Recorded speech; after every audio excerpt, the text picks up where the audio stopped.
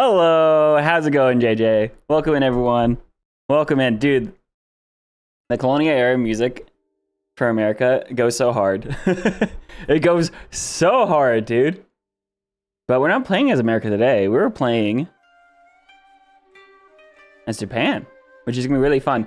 Welcome in. I'm going to give everyone a couple minutes just to get in here. But we have a very, very exciting stream for today. I have been really enjoying this game. Really enjoying the game that we have set up here. This has been a very specifically programmed game where we're playing online speed, abbreviated ages. All independent powers are hostile. We're playing with mementos. We're basically setting up similar-ish scenarios to a possible CivGive setup. Of course, this is a single player. And we're playing against the AI who are not keeping up with our stats whatsoever, because we've had a pretty crazy job is experimenting with just experimenting with how to maintain ageless stats on each age transition. And it's been actually pretty dang impressive. Just focusing on, I'll walk through exactly what were the things that we were focusing on really hard. But if I pull up my Discord here, we've been talking a bunch of stuff like Civ 7 related. Basically, like talking about like a bunch of like what are the most busted mementos that need to be banned and or used, and how to. This has been fun chatting. But so from Antiquity Age. The last turn of Antiquity, we had 163 Science and 100 Culture.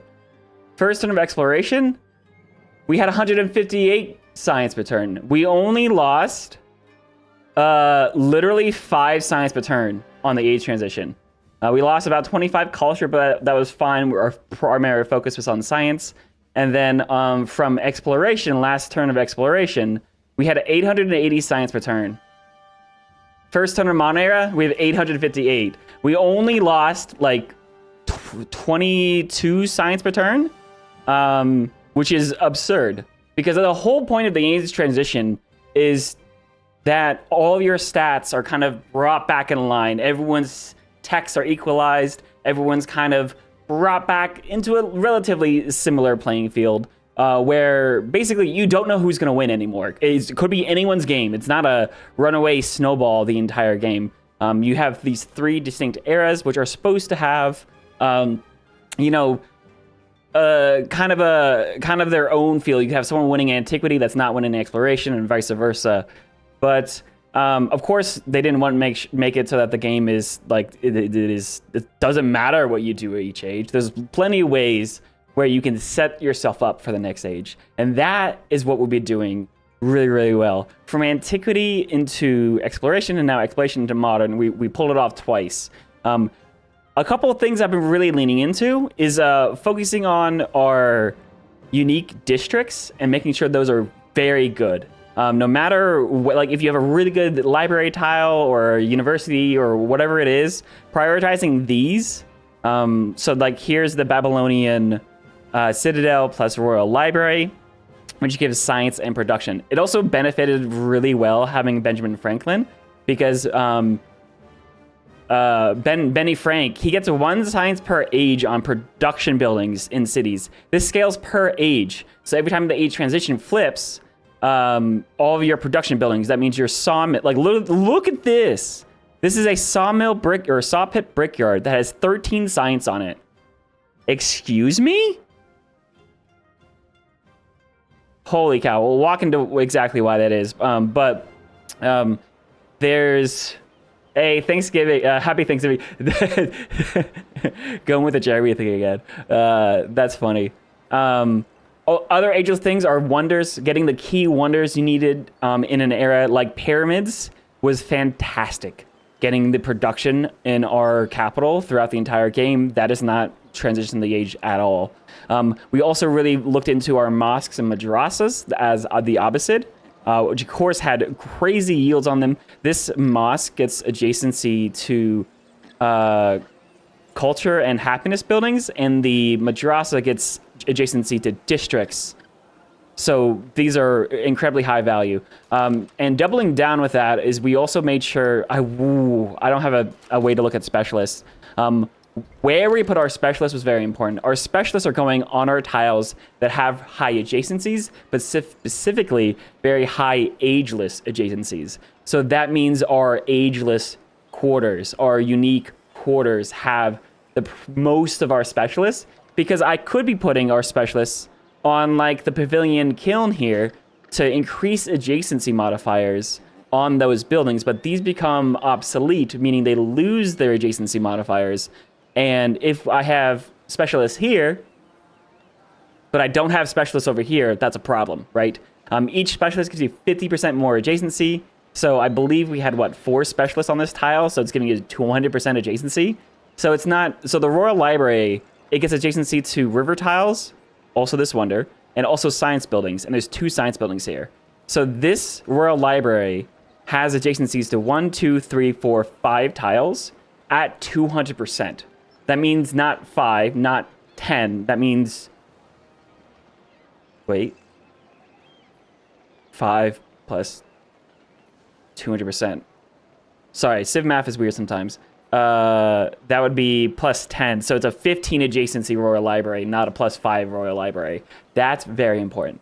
The other thing we played into was really focusing on the palace. The palace is something I've ignored a lot in my games in terms of its adjacencies.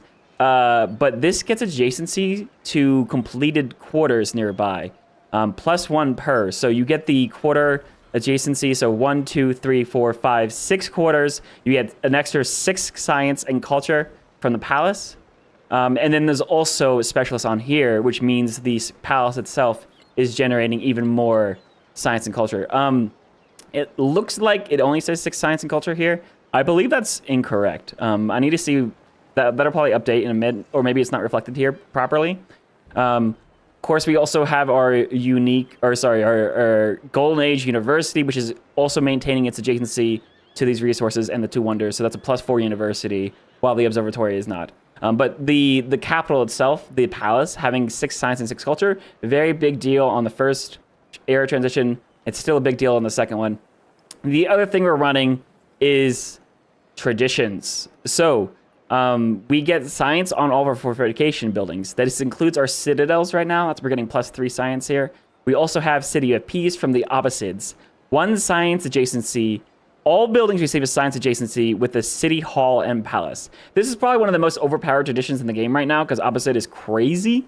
But basically that means we're getting science on every building as long as it's adjacent to the City Hall. That's both cities and towns, which is absurd. I feel like the easiest way to nerf this card is to make it so it only applies to cities, because the fact that I have these basic towns that just have warehouse buildings, saw pit, stonecutter, and has 6 science on this tile, because it has, each of these buildings has 1 science from Abbreviated. We also have 3 science per from Benjamin Franklin. Oh yeah, 3 science per age on production buildings in the city. So this is a saw pit, stonecutter. Oh, that's where the 6 science is. Where's the... All buildings get a science adjacency with the City Hall and the Palace. That should be higher then. Oh, here's the Fishing Key. The Fishing Key has 6 science. Hang on, what does it say? All... Sorry, over here. All buildings receive science adjacency with the City Hall. So that's why we're getting science on our temple and kiln, because it's next to the City Hall here.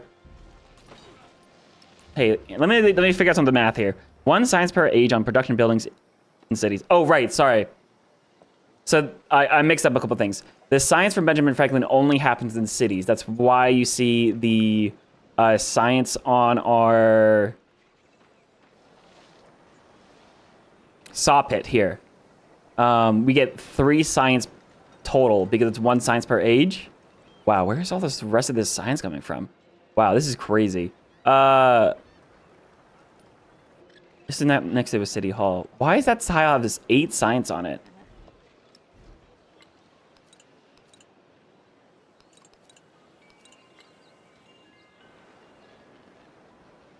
gristmill.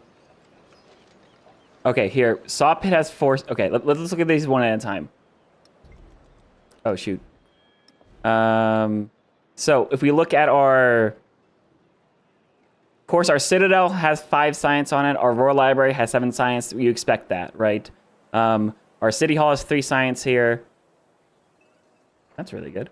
The Saw Pit here has 4 science because it has 3 science from Benjamin Franklin's ability and an additional science from the opposite tradition.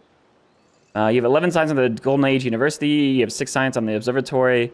Brickyard here has 4 science. Same reason the Saw Pit does. The Granary has 4 food and 1 science because that's the opposite ability, the 1 science.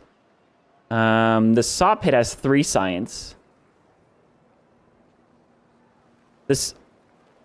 Okay, that's weird. The gristmill here says 7 food.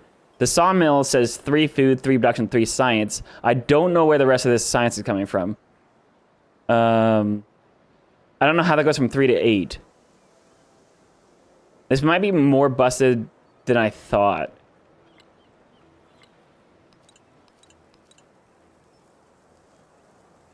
Let me find the Saw Pit.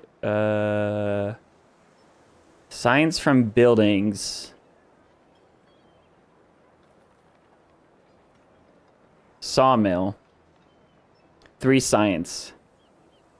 There must be something that I'm running where I'm getting 8 science from. We also have another tradition that gives us 2 science and happiness in towns. That means our towns are going to be super happy. Scientific. Our city is going to be super scientific. Our town's going to be super scientific. We have another tradition that's going to give us golden science for resources assigned to cities with at least 5 specialists. And we got a ton of specialists going on here. There's no specialists on this tile because it would have culture. Anyways, so we're doing really good here is what I'm trying to say. Every single town, I bought out all of the warehouse buildings immediately around the city halls so that we get science on all of our warehouse buildings in every single town. No matter if it was just freshly settled or if it's been around a long time. We have an Uluru here. That's very nice. So that's really, really cool. Anyways, those have been the biggest things we've been focusing on is focusing on really good, unique quarter locations with specialists on them, really good palace adjacency with your quarters, and then, of course, utilizing all of your traditions as possible. The opposite is having an incredibly powerful one. Also leaning into your leader ability here. So Benjamin Franklin getting science on his production buildings. He also built them faster. Also our endeavors. We haven't even set the endeavors up yet. Oh, my God.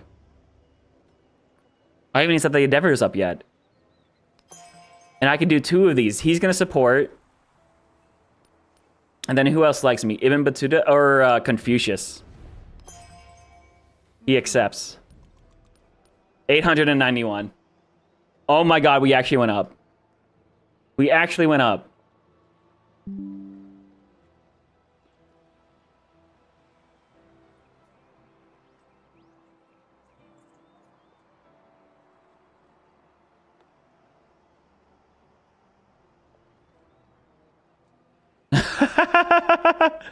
I forgot the endeavors. So 891 from previously, it was 880. We actually have more science than before the A transition. That's incredible. Anyways, while we're here, I do want to go ahead and promote.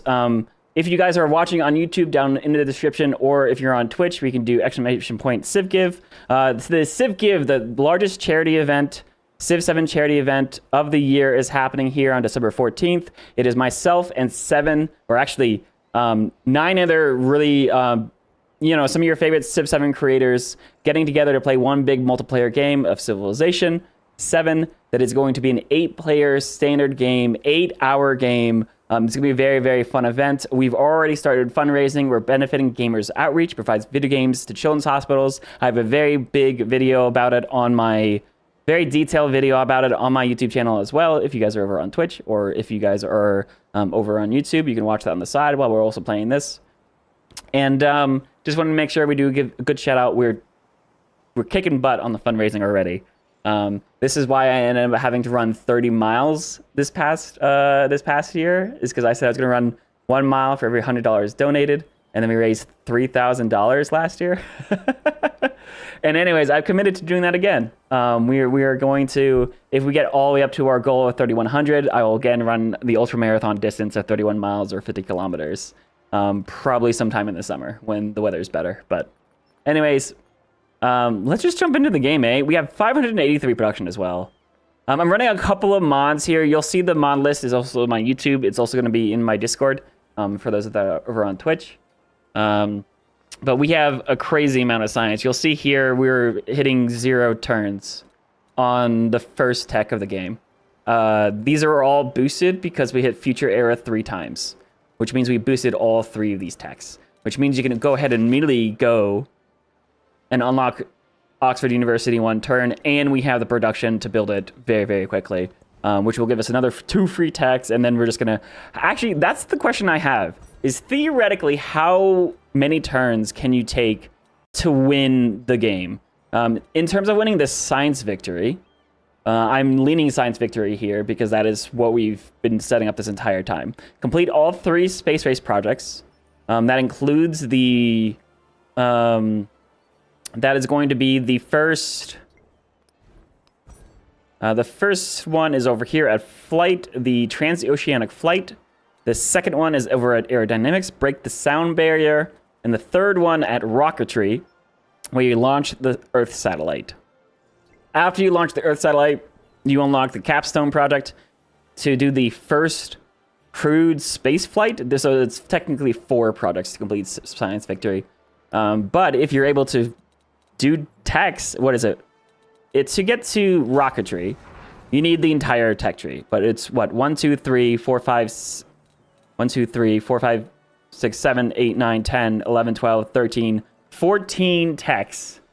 So if you're not skipping any techs, if you're not like hitting techs halfway through the turn, that's like 14 turns, right? Assuming you can 1 turn everything.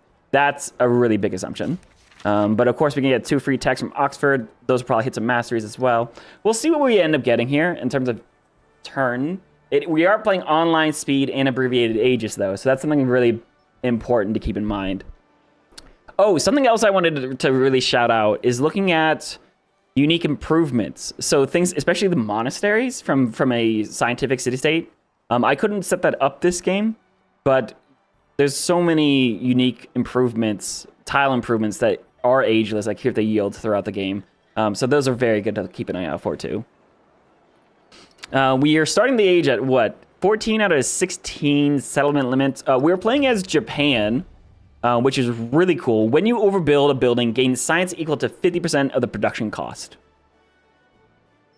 So we're going to be hitting a lot of science on every rollover as long as we're overbuilding, which is amazing. We have a unique naval unit. When it's destroyed, it respawns in your closed settlement at half health. It only happens 1 time, but basically reviving boats is cool. The 0 is our unique fighter unit. It has 4 combat strength against other fighter units. That's its only ability.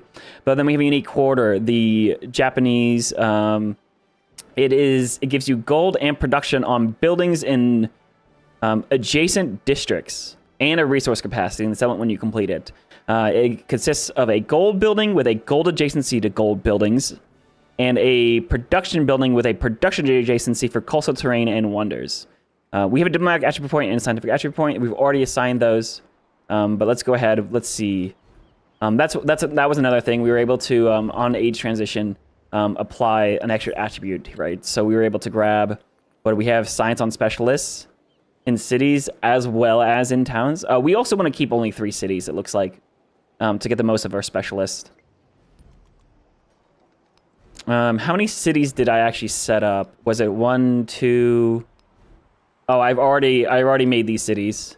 So 4, I think we have 5 cities. Yep, we have 5 cities. That's okay. That probably will actually do better for us anyways. We have so much production. Anyways, first thing we're going to want to do in the new age, we're going to want to get our trader routes online. Our religion is gone. So that's funny. Grocers. Oh, food. Dude, food's going to be so good. Let's see. So I definitely want to try to overbuild where I can. But because this is a warehouse building, I want to hold up on that. The city park, though, that could do really good over here next to the mosque by overbuilding that. Just for the sake of seeing. Oh, you know what? Actually, I'm gonna hold off. I'm gonna build the grocer. I'm wondering if we can buy and overbuild to try to finish techs mid-turn. That might be cool. In terms of our government, I'm definitely picking Electric Republic here because we're playing a science victory. I want to go ahead and scale our science and culture whenever we need. I guess, yeah, let's just start with the grocers. Let me go ahead and figure out where these kind of go best. I really like having the happiness and culture building next to the menagerie, or the mosque. Ooh, let me also, I'm in one of those mood, guys. I'm in one of those moods. Let's figure out where our unique quarter is going. So I want to have it next to coast and gold buildings, which are generally also on the coast.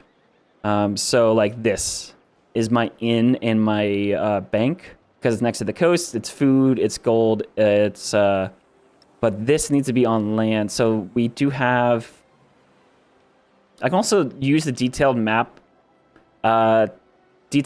tax mod. If you hit control and scroll, you can actually see like the best tile for this building is actually right here. In terms of just, and actually that's overbuilding too. Overbuild, just literally overbuild in the bank yard. Do I have actually buildings I can put here? Probably. But that's gonna mean putting down a...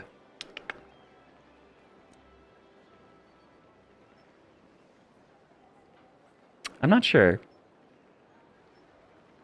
Good idea is to save this turn one. Keep trying to 3 cities try keeping to 3 cities victory and then load this game again with more than 3 cities victory and comparing. That actually is a good idea. I do have the save file. Unfortunately I've already converted the cities, but I do like that idea. Ooh, you know what we need to do? We need to actually make sure we keep a tile for the freaking launch pad. All right. So the science victory, you actually need 2 different types of tiles. In Civ 6, you need a launch pad so that you could win a space victory by doing your space race projects. In Civ 7, the first 2 space race projects are actually just plain like first flight and breaking the sound barrier. You need aerodromes to do that. I also want to keep an eye on what's my highest production city. 88 production here, 58. I mean, my capital, it has pyramids. Like, it's going to be high. Yeah, so first thing I want to do is I want to map out where my my rocket pad is going. I also need to know where my aerodrome is going. Now, my capital doesn't need to do this. But for the sake of just having it there, we're going to put something down. I am also to keep an eye out for things like my rail stations, as well as my factories are going to be a big deal for production. So let me see.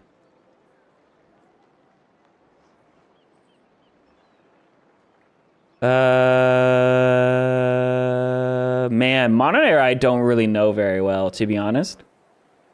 Factory. All right. So factories have adjacencies to resources. They can kind of just go where... Ooh, you know what? Actually, I like the idea of putting the factory here to overbuild the universe. Actually, no. I should put the schoolhouse here because we're going to unlock that very quickly. Yeah, the schoolhouse, we're going to lock it literally next turn. Anyways, let's get our food buildings down.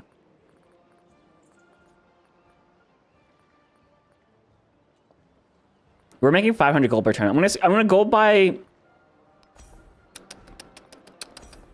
I do not know, man. All right, I'm gonna prioritize overbuilding. So city parks, I'm gonna drop. I want to go ahead and get those. Oh, you know what? I should have put it over here. It had better adjacency. That's fine. Ooh, boosted science and culture. Let's go for the culture because my science is already absurd. City park, I would love to get down. I'm just gonna start overbuilding immediately because I want to see a big cumulative science boost for us. That is actually a 10 food grocer though. That is very hard to pass up, and I could pair it right here with a saw pit. So we're gonna get that built up. This town actually has a lot. This city has a lot I could do. And the city park isn't that great, so let's get the grocer down. I'll put it next to the granary. That's also next to the mosque. That's really cool. I do have my army commanders. These guys are giving me a yield bonus, so I want to keep them stationed. Preferably my capital, because that's gonna be the best, my best place, my best city. I'm gonna have my military up this way. I have a fleet. We do actually can do a little bit of fun fighting over here. Kumasi, expansionist city-state. Sweet. We also have a scientific one. I'm going to befriend both these guys. Bam. And we'll get to the scientific one next turn.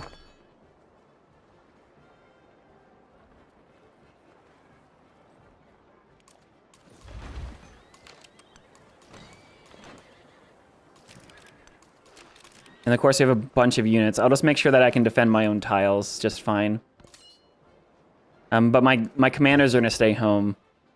They're good to have around in case you need a commander for war, but otherwise, it's actually really nice just to have them stationed at home. The flexibility to be sim and or move to a defensive iteration is actually really nice. Lastly, I want to know where my last settlement's going to go. So let me actually just grab... There's actually a good settlement I could grab over here to grab some more resources. I want to grab the coal. I could also incorporate city-states if I really wanted to. There's actually a ton. There's actually a ton down here. I might as well. There's no need for settling distant lands right now. It's just settle whatever you need to settle. There's also a coffee over here. Production buildings and wonders.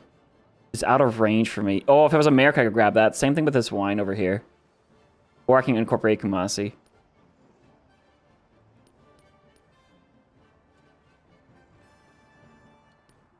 There's no need for me to go anywhere like New World. I don't want to have anything that's like really hard to defend, more or less. But basically, there's like 3 places I could go settle if I wanted to. How much is a settler? I wonder. So let me buy actually that first merchant's only 80 gold. I want to trade with Tecumseh immediately. But yeah, I mean, dude, if you have 890 science on turn 1 of Modern Era, online speed abbreviated, like I'm so scared. So this is really cool.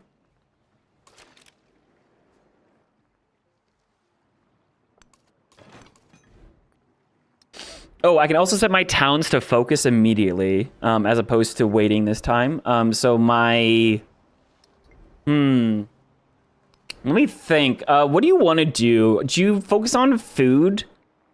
Before we did a lot of food just to pump food into our capital so that we could get a lot of specialists down for enlightenment. Now we might actually want to look at a couple different things. There's urban centers, that's going to help with yields. Anything that's next to a mountain is probably a good contender for an urban center.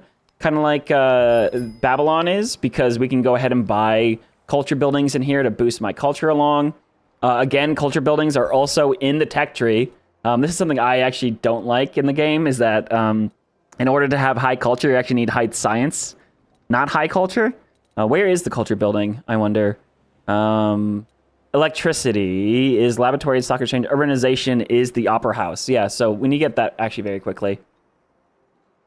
Yeah, to have good... Oh, man, it's frustrating. And Civ 6 did it right, where your culture buildings were unlocked in the civic tree, which means high culture snowballed into high culture. And the tech buildings were in the tech tree, so high tech equals high tech. So whoever had high culture is going to have the highest culture. Whoever has the highest tech is going to have the highest tech throughout the game. But Civ 7 flipped that on its head, where the culture buildings are in the tech tree. So whoever has the highest science is going to have the highest culture. But the tech buildings are still in the tech tree. So whoever has the highest science is going to have the highest science return as well. So high science equals highest science and culture. And the highest culture is just going to fall behind. And it's kind of weird. That's how Civ 5 worked, but Civ 5 didn't have a dedicated civic tree.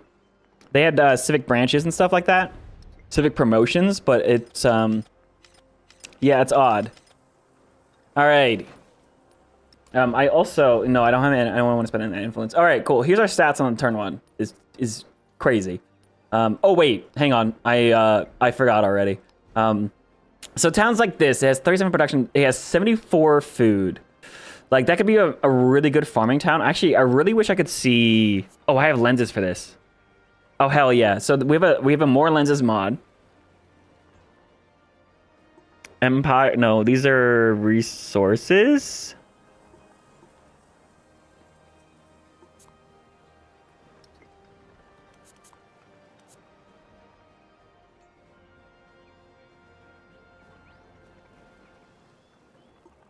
Cities and towns, no, it doesn't help. Urban and rural, it doesn't help. Free improvements, diplomacy, combat, governments, religion.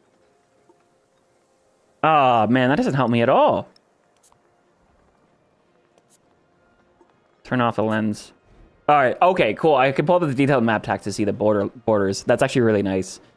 So this town, right, has what? 1, 2, 3, 4, 5, 6 food tiles.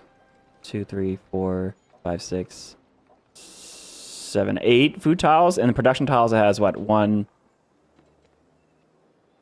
2. Okay, so it's a better farming town than it is a mining town. However, I might want to look at urban centers because I have places to put down schoolhouses, surely. I also want to fill out these 2 tiles because of our opposite stuff.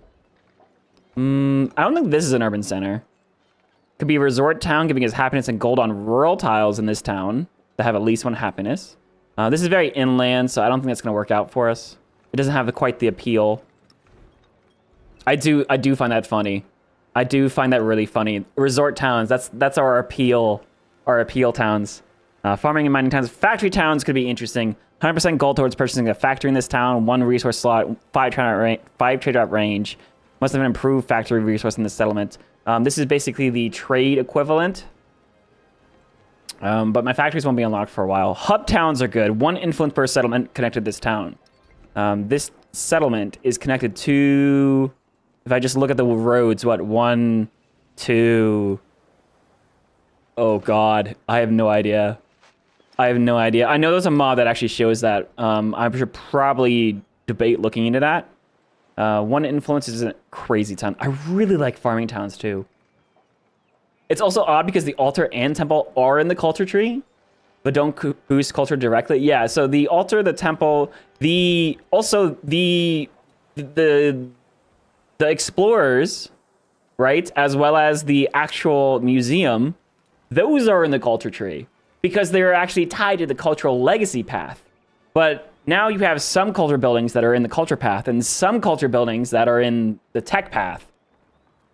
So to have really good science, you just need science, but you get culture for free. But to have really good culture, you need to have really good culture and you have to have really good science so that you can have both because you have to get through both. And that just doesn't work. Yeah, so it's very interesting. It's very, very interesting. Very interesting. All right, cool. I think we're just gonna go ahead. We're gonna make this a food town. Like, that's so much food. 96 food for connected settlements. I don't think we could really pass that up. That's a city. That's a city. That's a city. That's a city. Down here, 63 food, 32 production. This is probably a farming. Yeah, look at all of the fishing boats. The food down here, the plantations. Absolutely, this could be a fishing town. So that is now 84 production for my cities. Appalachia. Now this one's interesting. Oh, this has so many resources, dude. Holy cow. What's the one that gave me stuff for resources in general? Oh, no. Oh, this could be an urban center. Because I have so many places I could get really good science buildings on here on Appalachia for sure. And then this one, ooh, this one is a natural wonder town. So now we can look at resort town. Happiness and gold per age on rural tiles in this town that have at least 1 happiness. That does increase gold per turn too. So this tile has 3 happiness. Once it becomes a rural resort town, it gets 3 more happiness and 3 gold per turn. You also boost the tile yield of natural wonders. So, bam. Yeah, now this farm has gold. It has double the happiness. And then also, the Uluru has gold and happiness now. Oh, shoot. The Uluru only gives happiness normally. But because it gets a resort town, it gets 3 gold per turn, but it also gets 50% on the tile. So now it's 4.5 gold per turn on the tile. That's really funny. That's really funny. Okay, okay, okay. I like that. Sure. Dang, this town has a bunch of resources too. Yeah, yeah. Urban centers. I feel like I'm gonna regret not having places for my factory towns, but I think we can do factory towns later. This is a fishing town for sure. 56 food. Look at all the food here. And I'm doing this because I don't need these towns to keep growing. Oh wow, look at the resources, dude. Too bad that's full already. Holy cow. Okay, maybe this is a. Wow. Okay.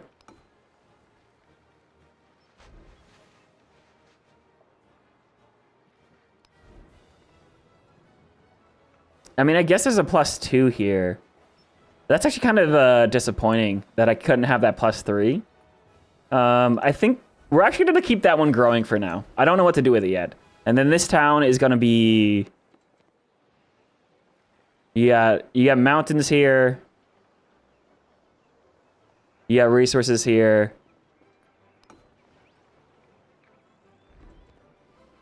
You don't have a lot of tiles improved. Like, when they're low population like this, urban towns are really good. The more population they have, the more tiles that'll work, the better that these two become. So, I think, man, I have a lot of things to do with my gold per turn for now. Actually, I'm going to have this one grow too. There's more tiles I want to grab. You don't need to focus immediately, but, did that change my, my stats a lot yet? 320, or hang on. That probably increased my gold per turn.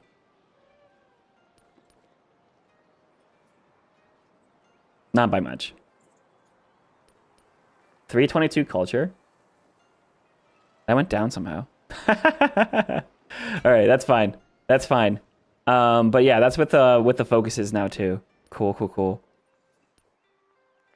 And then hold next turn. Oh, I didn't assign any of my resources. God damn it. No. All right. Okay, guys, I'm gonna be very annoying. We're gonna reset that because holy.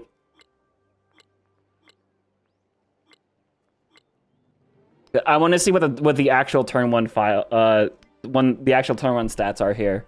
I'm gonna be very annoying. I am very sorry, but I had none of my resources slotted in, and that is so much your stats. I need to see what that actually looks like. That's too funny. That's way too funny. As isolated Japan turns outward, the Meiji dynasty heralds a new beginning. Embracing a world it once shut out, the Meiji streets blend kimonos with top hats. Under the glare... You know what I forgot to do was actually pin out my districts as well. Hey, Trash Hunter, how's it going? So yeah, we're going to jump right back into this. We have... It's not the whole turn to redo, right? Because I had a bunch of stuff done last time. But...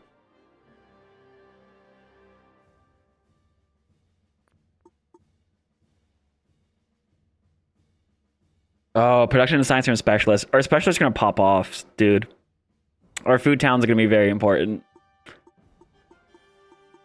Or at least having our towns focused so our cities can get those really good specialists going. Also, training aircraft or naval units gives us science. Wow. That's so scary in a multiplayer game. Just spamming planes to get science, like your Alexander in Civ 6. And you have a unique plan. Oh, you have a unique plan and a boat.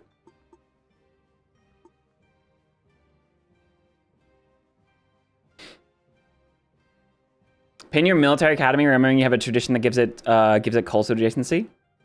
True. Also production to production buildings. Actually, wait. I don't know if that applies. If military buildings count as production buildings anymore. All right. Cool. We got a lot of things to repick, right? Oh my god, I'm sorry. Okay, hang on. Let me start at the resources because I don't want to forget it twice. Let's pull out our towns first, right? So I can see my production. We get tobacco that gives production to cities with rail stations. Pearls give happiness to the capital. So that one's to be in the capital. It's doubled in the capital. It's 3 in other cities. The factory resources we cannot touch until we get factories, so we're going to ignore those entirely. But the city, I'm going to go ahead and put some tobacco in each of them so that they all have some baseline production, knowing that rail stations will come out later. I do want to run ivory in my cities because they have production. Wine has food and production as well. Wow. Okay, so that wants to be up here. Hang on one second. So this is 3 production. This is 4 production and 4 food. Whales are 6 production. Holy cow. Okay. That's really good. So let me get the production just rolling. My ivory rolling. My whales. Yeah, those are our production tiles. When we go to my towns, I can then put in my bonus resources in my towns. So the cowrie will give 4 science in my towns, which is good. The fish will be food. And the horses are happiness. Cool. I have 4 more slots here. Yo, Trash Hunter. Thank you for the 4 gifted subs. Hello? Thank you. I appreciate it. Hey, if you guys got a gifted sub on Twitch from Trash Hunter, make sure to thank him. I think we got some lurkers over there, but dude, amazing. Welcome in. How you doing, buddy? Yeah, thank you. Thank you, thank you, thank you. What happened to my music? Oh, it's just really low. Anyways. Dude, awesome. Thank you. That genuinely helps. We're gonna have a fun next 3 weeks until CivGive for sure. For sure. So what I was looking at next in terms of, I still want to put the tobacco in places. So what I can do, even though these are really good production tiles, the ivory can actually go in our towns because it's happiness, which is good for the towns, and then the 4 production becomes 4 gold, and that means I can move the 3 production into these cities. So it's less production for the city. It's 1 less production for the city, but it's 4 gold per turn. I think that is quite literally a good deal. Fantastic. Alrighty. So Elected Republic, we're gonna pick technology. I'm gonna go straight to academics to get Oxford. Production-wise, we're trying to do overbuilding on our buildings. I'm gonna keep these not overbuilt, right? I want to go for the adjacencies. So I'm gonna overbuild my kiln to go ahead and get the, it's going to actually renew its adjacency with these mountains, but also the mosque here. We're going to get the base, the boost to culture here. The capital itself, actually, we'll be fine on grocers. Let's prioritize the city halls first. How goes the game? The game is going amazing. This is probably the strongest start I've ever seen. City park, can go ahead, go up here. Overbuild this. City park, bam. Having a huge amount of happiness is going to be amazing because we're going to get a lot of policy cards very fast. So we can plug in all of our policy cards very quickly. Oh man, I really like the grocer in this city though. 10 food. How much was it over here? 9? 11? Wow, yeah, actually. Hang on, let's just do the city. The city hall's only +2. Let's do the grocer. Put it over here with the mill like we were talking about. This place is also going to get this grist mill because it's next to the city hall as well. I keep my commanders at home. They're going to be my capital specifically. And I want my units to come defend from Kumasi. Before I forget, I'm going to go do research collaboration here. And Confucius. I wonder if we can actually get a higher stat by looking at Ibn Battuta. It's fine. He only accepts. I thought about cheesing that, but it's okay. Let me go also incorporate Kumasi. So we're going to befriend the independent power. Food. That's going to be a really good bonus for us as well. We're going to get our boats out. And commander's going to stay put, like I said. All right, command some units. You're going to stay put. You're going to stay put. I need to focus my towns, so I'm going to get the urban center up here. I'm going to get the food town here. Amida's a city. That's a city. That's a city. That's a city. Down here, we got a food town. Down here, we got another urban center. This is a resort town. Over here, we have actually a good urban center. I have to remember to actually put money into those to make it worth it. The urban centers will reduce our maintenance for the meantime. And these two cities we kind of want to grow for a little bit. These two settlements. I'm going to do that forever until ever. And we're safe over here. All right.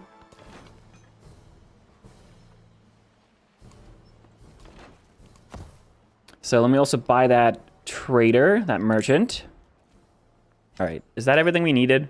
We have an alliance over here.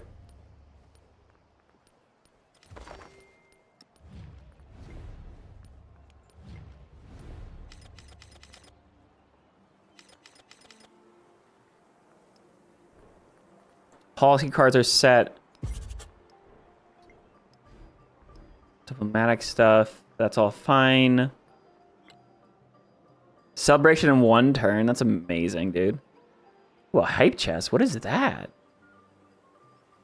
Oh, huh. New emote on Twitch. Oh, right, the hype emotes. I haven't seen those in forever, dude. Thank you, guys. Alrighty, and then we had a couple of things we wanted to do to map tech, right? So we have a settlement I wanted to throw down here. Oh, wow. There, I'm gonna get one over here to grab those resources. And then I just wanted to make sure we grab this little bit of land, this little pocket in there to grab that factory resource, probably. This will all come in time. Babylon will be fine. And, well, let me pin out a couple different things. Like, we have our unique stuff. So I'm going to overbuild over that tile, because that's really good there. The production to the coastal terrain. And the wonder. Gold constructibles. So if we put gold constructibles next to it, it'll be good too. I want to put these in each of my cities, remember. So I'm going to want to make sure that I find the best places to put them. We have our guild halls. Those I don't want to overbuild for a little bit. They still have their base yields of golden influence. The influence itself is actually really good for me.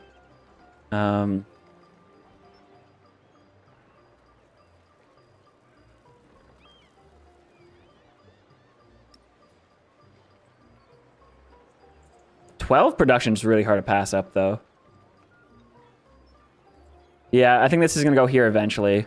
I want these next to the coast and around the water for sure. This settlement is probably gonna have to throw it. Oh, that's ageless.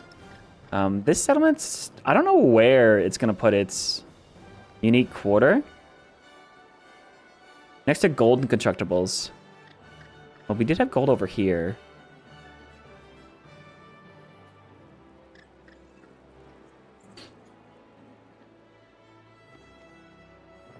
I can always just go next to wonders too.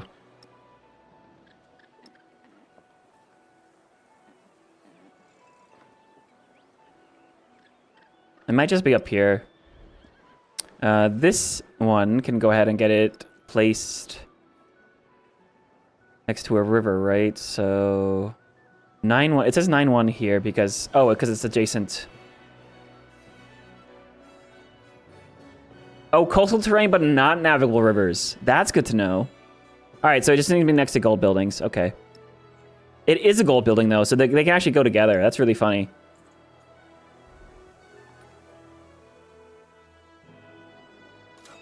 And then, of course, our actual coastal city is going to be fine in terms of building it. So we got a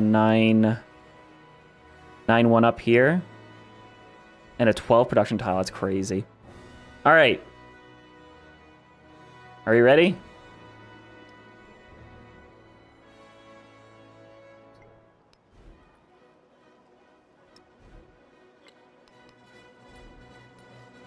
$925 science. Oh my god.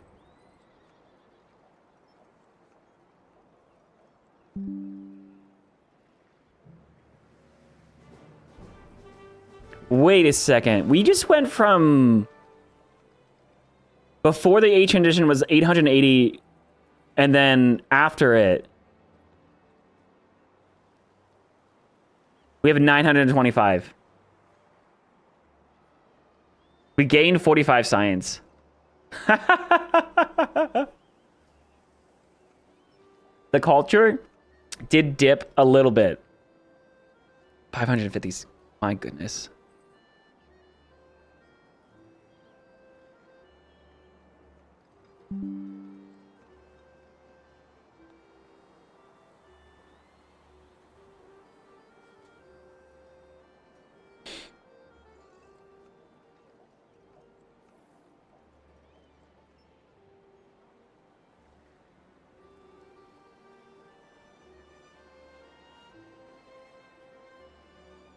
That's insane. That's insane. All right, cool. Now I'll hit next turn. Oh, but I forgot. No, I'm kidding. I think. I hope I didn't forget anything. All right, tech unlocked. Oxford. Unlocked already. I would definitely want to hit Steam Engine and Military Science before we build Oxford, because I don't want to get those for free, because they're already boosted. One turn electricity, though. Are you kidding me? We have enough overflow or one turn. Wow, okay. Well, one turn electricity. We'll come back to Steam Engine. We'll one turn something. We'll come back to Military Science. We'll one turn something. If you understand how overflow works. Oh, and now we... Oh my god. And now we get the celebration. Production towards Christian buildings with wonders with great work slot. Bam. Turn 2! Turn 2! 1100.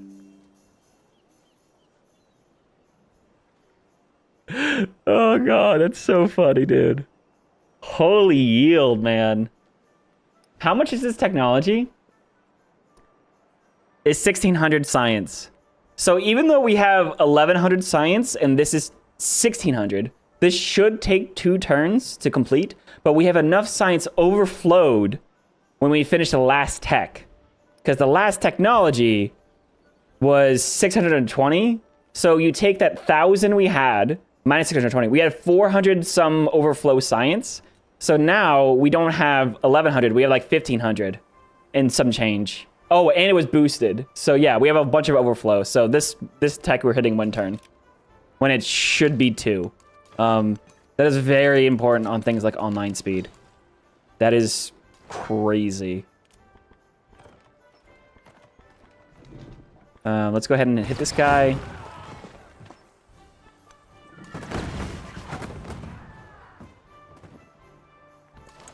Look at just farming promotions over here. We have a leadership on the... Oh, so our admiral's also going to stay home and boost yields. That's really cool.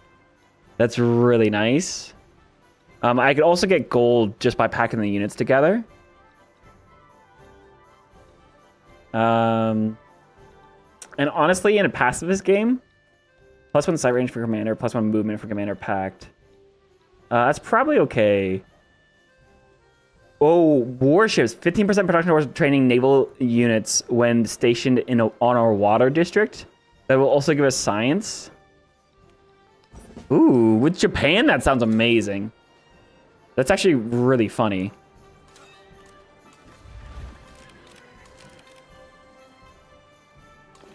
All right, I'm gonna keep my military. Ada did not like us, so I'm gonna make sure to keep my military up here. Not that we really need it, but as a precaution.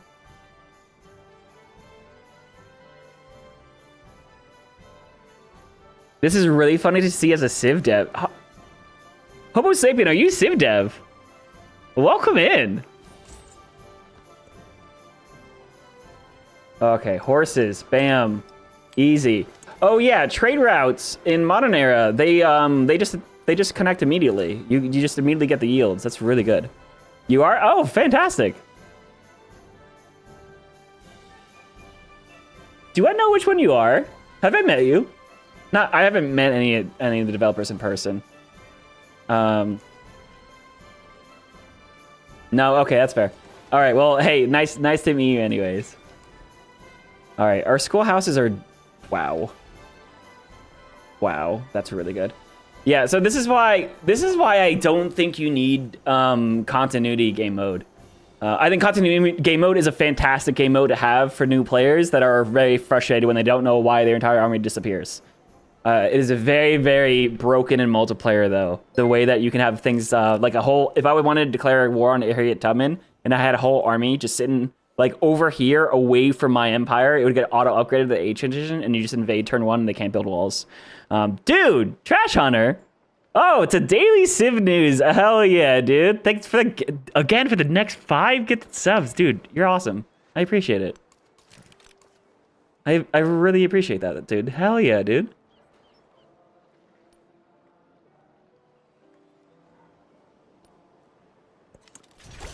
The beauty of all right, tech unlocked. Yeah, there we go. One tech electricity. Oh my god, we can still one turn everything. Does science overflow in the age transition? So we just spent all of our science. This is saying one turn now. 980 science. This had 0 before. Does science overflow in the age transition?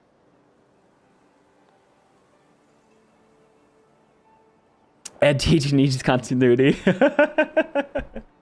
I think continuity is fun. I think it's great to have it in the game. I also like the... Oh, man. I like that continuity keeps your scouts. I'll say that. I wish scouts did not get destroyed on age transition, because scouts are still important. Really important, actually. Very important. Especially if you're playing Pangea. Hey, Daily, how's it going? Thank you to Trash. Oh, shoot. We just finished that. Oh, no, we didn't finish the building. Oh, we're being invaded. Yikes.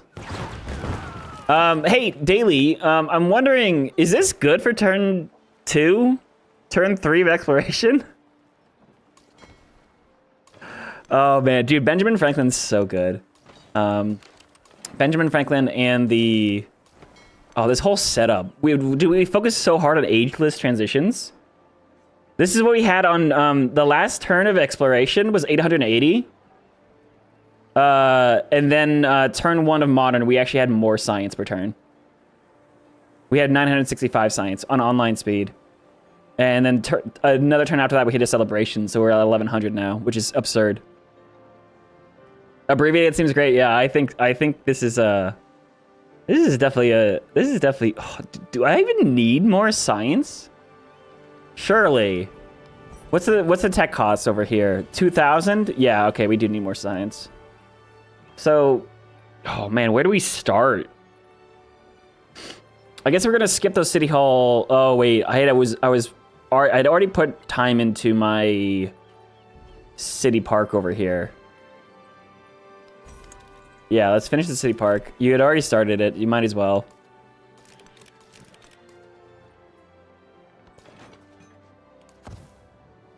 I wondered too, especially in abbreviated ages, how much does it matter to actually complete the legacy paths, and how much does it matter to focus more on getting your things set up, your ageless districts, your ageless, getting your full districts around your palace, getting the wonders that you wanted. Right?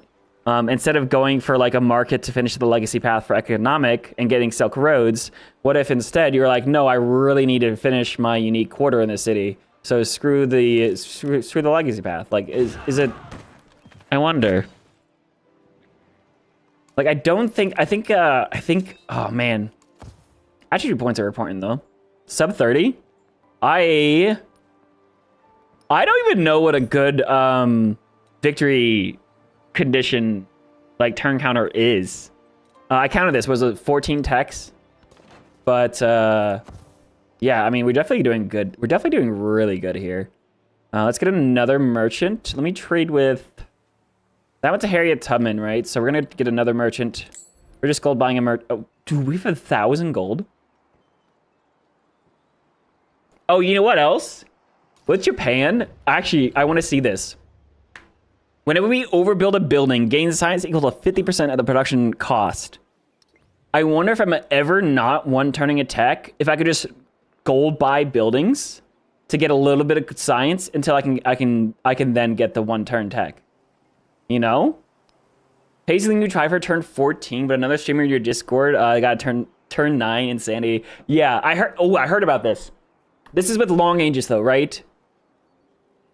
Not saying that's not impressive. That is amazingly impressive. I'm just trying to figure out in terms of parameters.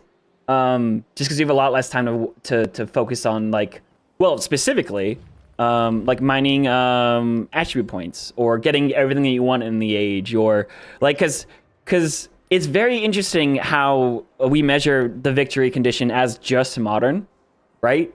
A turn 9 science victory, but how many turns were before that, right? It's different in Civ 7, and it's fun, and it's great for clickbait. It's absolutely great for clickbait, but it's really hard to translate now, you know? Like, I don't know what stats mean what anymore, which is a good thing. Ooh, I do want to actually gold buy buildings though to get a little bit of extra science next. Get the rest of my warehouse buildings done, right? That are giving me science. Ooh, I like those culture tiles though. So here, let's hit next turn. Let's see what happens. I'm gonna bank some gold.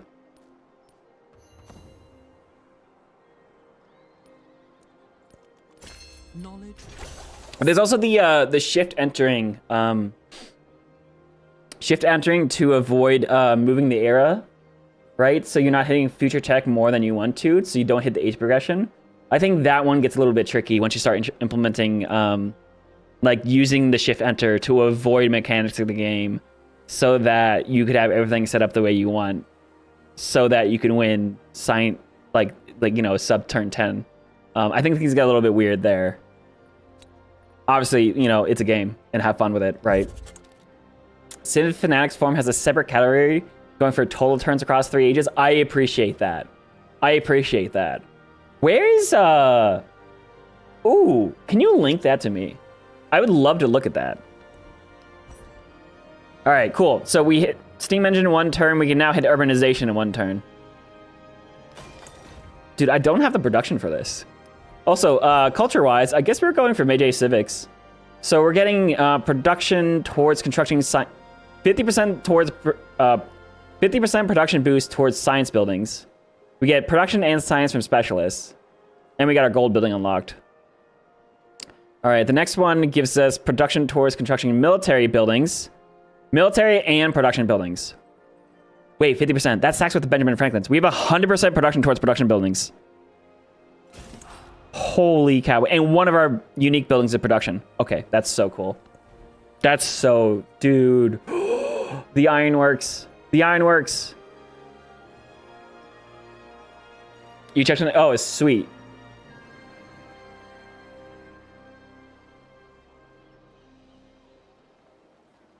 Fast science vectors are always a fun topic. Civ 7 seems to be reaching a relatively stable state for exploring and comparing. Yeah, exploring and comparing is very, very hard when you have so many different optional game modes, which is great to have optional game modes. It makes comparing hard. Ooh, I like this. This is what, standard speed probably? 41 turns modern is very, holy cow.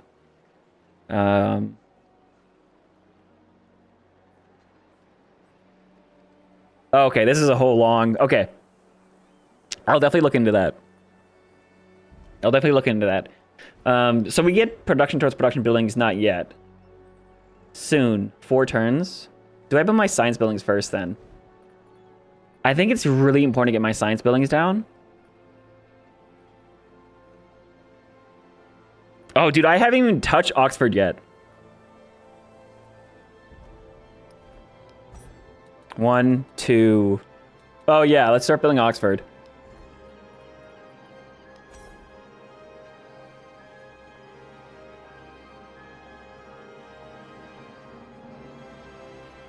I could put it down here to boost our unique quarter. Over here is just warehouse. No, that's a production building. And that's a warehouse.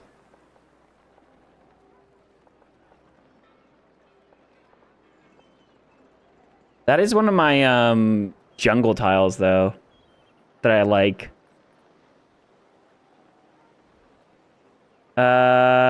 Screw it. Oxford down here.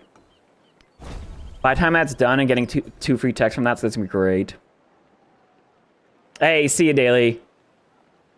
Watching the VOD? Hell yeah. Hell yeah. Oh, dude, look at these adjacencies, dude. Oh my god, my special clearing in production now, too, is amazing. So, I really want... Oh, dude, I just want to fill out these tiles, too. Why am I getting science on these? Oops. Science on... Oh, it's a tropical tile. Oh, I didn't even realize. Let me grab some of those royal tiles. Those are really good, too. All right, let's go to... Ooh, London has gold. And wine. And coal.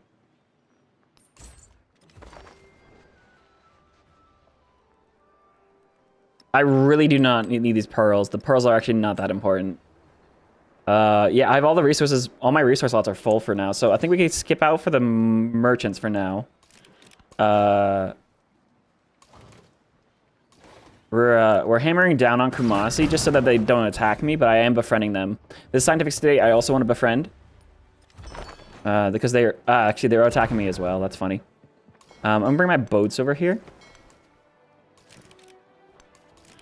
Oh, I could kill Kumasi for immediate food. That'd be hilarious, but I really want them as a city-state.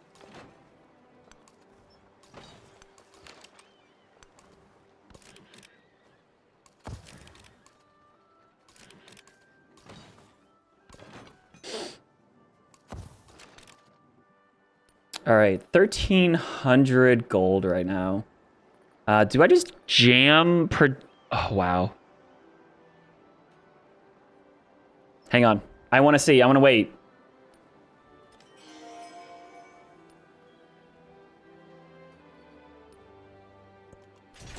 The face of a... All right, technology, military science in 0 turns now. Yeah, so like, look at this. Radio is 2 turns. Oh, you just want beeline flight. Let's see. Let's see if I do military science right now. We have what, 1,153 science. Plus the overflow of whatever we just had. Military science is only 980, but it's boosted, so it's half off. So that's only 400... 490 science to do military... Yeah, 490 science here. I have way more than that, so we have like a 600... After this turn, we'll have 600 science overflow, which means radio might be able to be done in 1 turn. We'll have to see. All right, science buildings. Culture buildings are a big deal. Opera houses. Oh my goodness.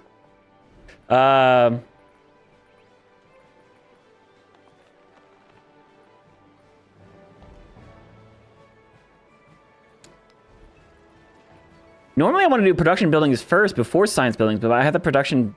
I'm getting a big production bonus to production buildings later. So... I could also just get things like ports. Ports are going to be important. What does that give? Adjacency for coastal terrain, navigable rivers, 2 resource capacity in this settlement. Yeah, the 2 resource capacity is actually a big deal. 3 adjacency here. I forgot I have a wonder there. There's 3 here as well. Let's build it in the quarter.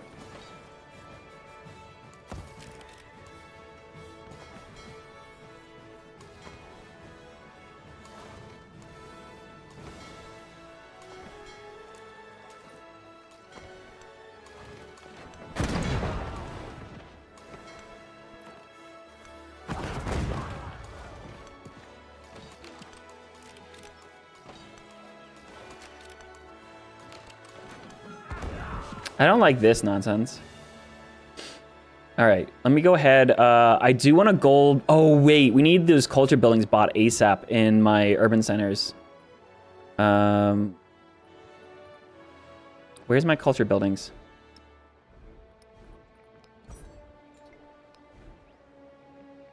Can purchase additional buildings in this town. Oh, does it exclude opera houses, right? For some reason? Is it because they're in the civic tree? Oh, I don't have them unlocked, that's why. That'd do it. That'd do it. All right, let me buy buildings adjacent to my quarters. Stonecutter, grist, yeah. Grist mill, stonecutters, those are very cheap. I want those next to the city center. What the hell? Oh, grist mill needs to go on a river, that's why. Ironworks. Grocer, those are very expensive. 1,000?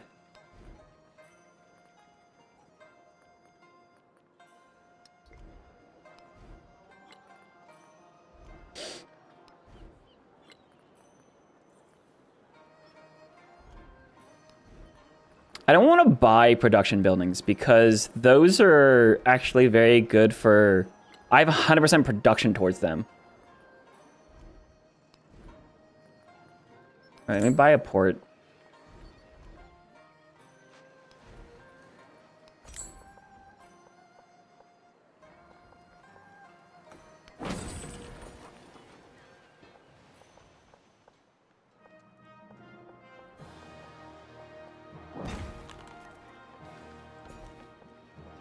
All right, this town, I can also work mountain tiles now, which is fun. I'm gonna go for the oil here. Let's work the mountain, yeah.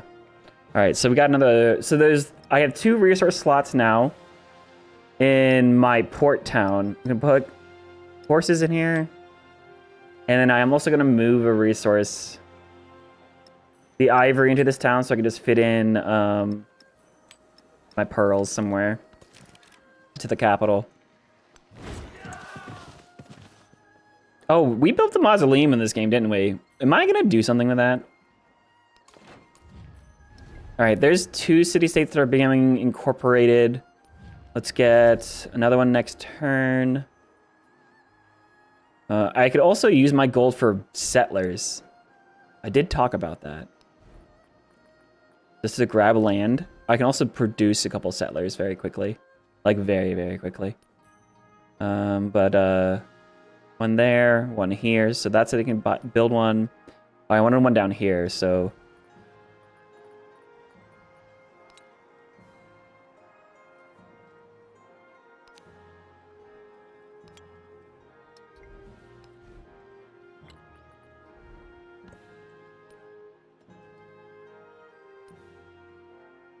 Oh, is that gonna make them angry if I settle 1, 2, 3, 4 tiles away in modern era?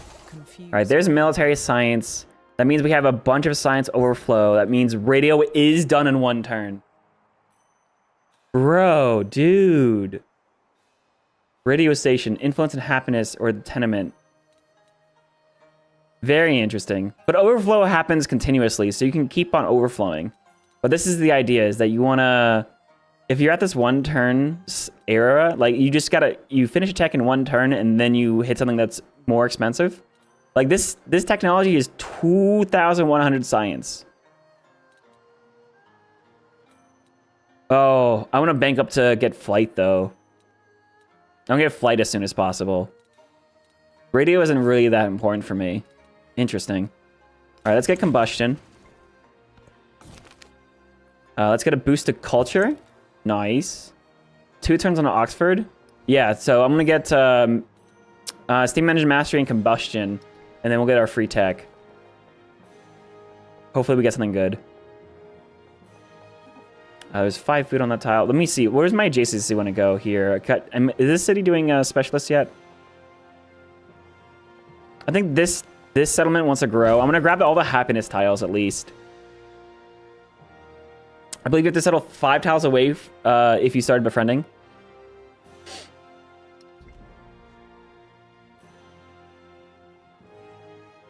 Yeah, that's going to make them angry. I'm going to delay this then, I think. Let me actually just start off my unique.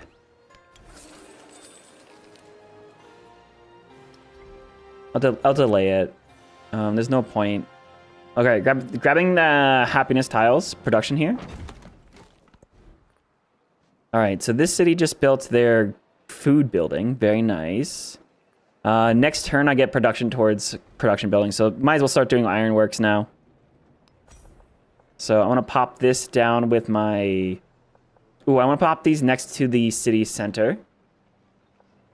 There's also a sawmill here to finish. That gives adjacency to my mosque for some reason. Oh, because it's a quarter. Yeah, we'll put it over there.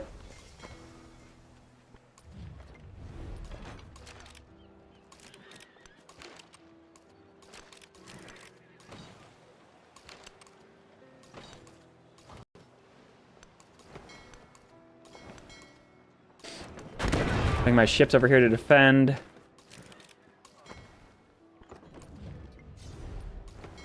It is so funny that you can continue to fight an independent power as you're befriending them, but you're murdering their people. All right, in terms of my... Let me buy a settler down here. 620 gold, huge. Grab that settlement.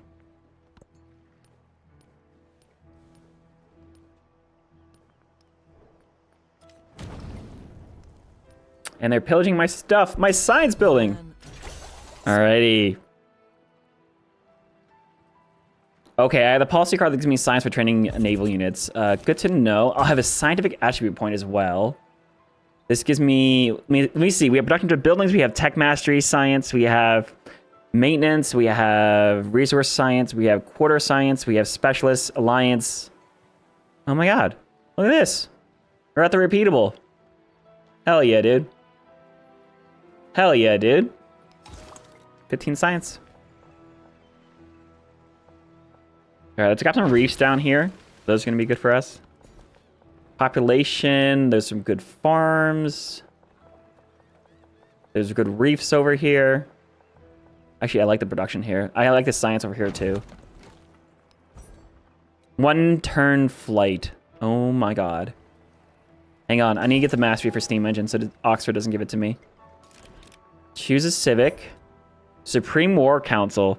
Production towards aircraft. Military buildings gain adjacency from the coast. Nice, dude. Boosting science again. That is the only thing that matters right now. All right, let's get our ironworks built.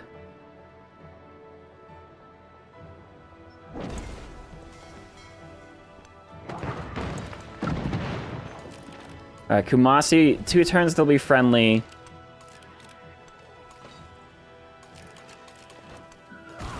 I could have a commander over here getting experience, but it's really not as important as the huge amount of...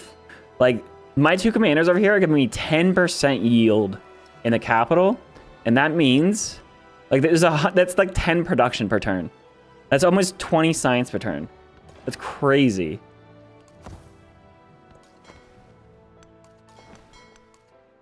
And it's about to be cleared up very quickly anyways. All right, 314. Let me befriend this expansionist city-state so I can go settle here later. In Endless Legends, minor faction armies will continue to attack you even if you're currently doing a quest for them to pacify them. Yeah. Yeah. It is funny, like, they just didn't get the message yet. No one told them yet.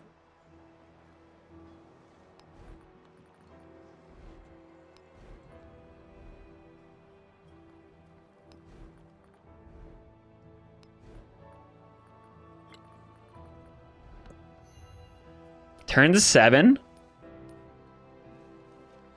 Like, if this is if someone has stats like this in CivGive, people let them, right? Like, they got the sim, no one contested them, they're having a great game. There's no Ursa Ryan or Sassy Gamer Lady or Raising Zozo or Van Bradley or Lumbago or Peppermint Butler or Riddick Acidic or someone declaring war on you, right?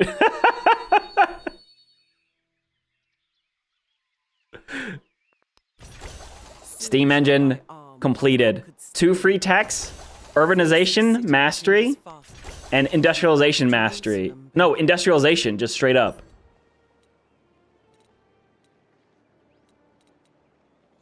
Sweet. Urbanization mastery gives us production on clay pits and quarries and bridges. Industrialization, this gives us rail stations. And now I can one-turn flight. Bro. Wildcard attribute points. How are we doing on expansionists? Oh, one population in every town? Getting down to the yields on towns is a big one. I don't need military. Scientific or full. Economic is just fine. Purchasing would be nice. Towns getting resource capacity would actually be pretty good. Diplomatically, we don't need anything specific here. Yeah, diplomatic is full. Culture-wise, 10 culture per age for each alliance you have would actually scale very well. Ibn Battuta actually wants to be friendly. Ooh, let's go. Actually, research collaborations are back. They both only accepted this time. That puts us at 1100 science. Is he at war with anyone? He's only unfriendly with Confucius. Oh, I might have to pick him or Confucius. He's hostile with Frederick.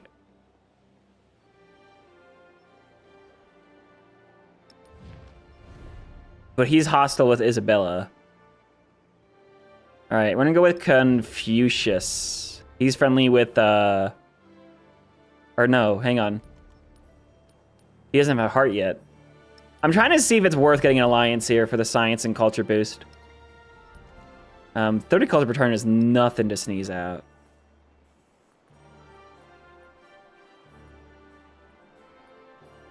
Oh, I just get the town one. 33 culture right here. Or I get 1 population every town. 15% yields in towns with a specialization and 30% in distant lands. That is really dang good. 80 food, 42 production, 79 gold. I need 2 expansionist points though to get here. You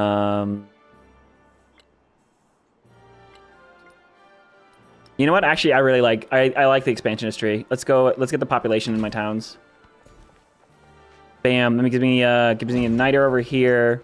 That will give me a. Oh, there's actually a bunch of stuff over here. Oh, it's gonna be claimed by the new settle, anyways. Just grab that. This might actually want to go somewhere else now. Holy freaking 5 resources. Wow. Okay.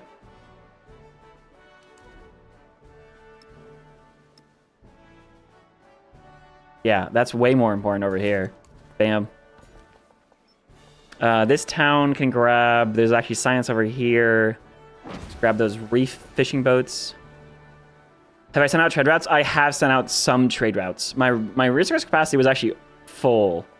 So I didn't send out more, but I can.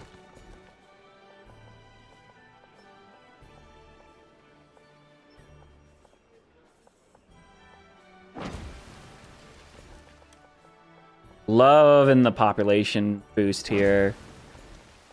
All these towns getting... Oh man, this is so good. There's culture on this tile. Holy cow, wait, what is that? That's an atoll.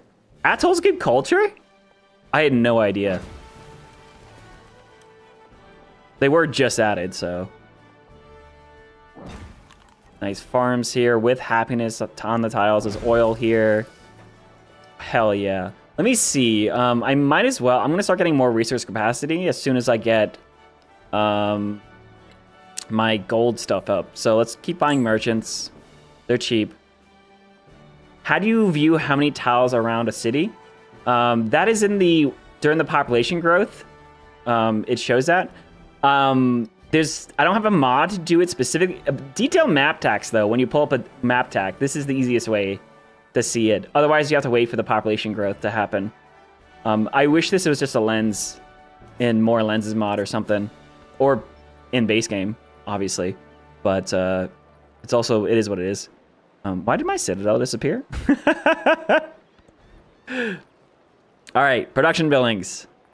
Unique production building, maybe. Let's also get the 4 production there. That's huge. Ironworks is only 2 turns to build.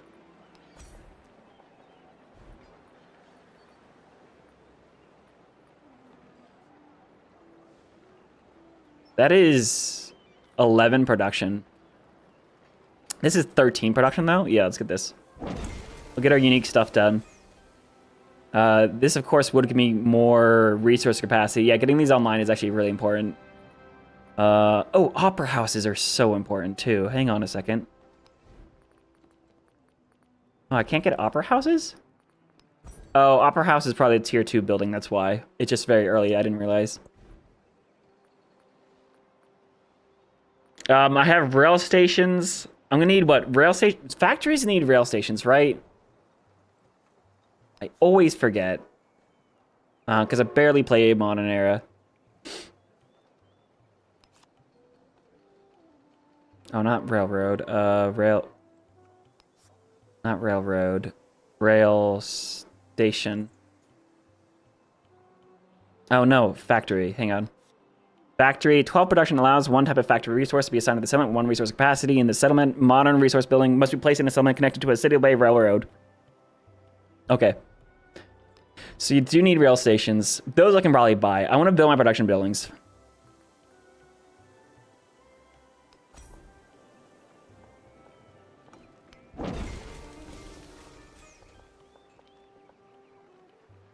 Golden Age University. There's the mosque to play around with adjacencies.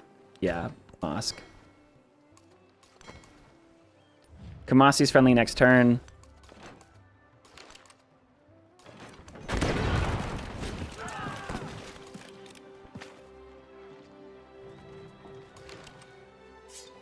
$57 damage, 62 damage, nice. Oh, I have boats here to go ahead and finish the job too, nice.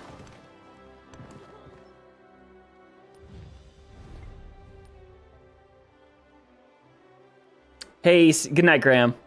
Might be really nice to look for coal, plus prod railway, port, oil. Yeah, let's look at that actually. So coal gives you plus, light naval units get combat strength. 10% production towards rail stations and ports. Niter gives your range and siege units combat strength. Oh, not naval anymore? Oil gives heavy naval. Oh, that makes sense because they're not Niter units. They're oil and coal units now. 10% production towards factories. Rubber gives combat strength for infantry and air. Silver and gold are still the good, dang good things they always have been. Okay, cool. So, we're about to 1-turn flight, hey? Ooh, actually, I do want to save science. We're about to spend our overflow getting 1,200. Yeah, look, we're getting... This tech is twice as expensive for the science per turn, but we're getting it done in 1 turn. Do you guys want... Should I do that? Should I do a dedicated video explaining science overflow?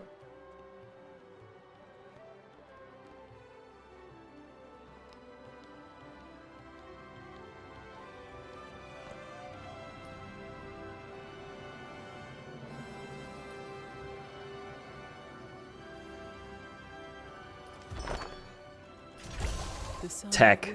Flight. Dude, it's turn 9, we've hit 9. No, it's turn 9, we hit 1, 2, 3, 4, 5, 6, 7, 8, 9, 10 techs.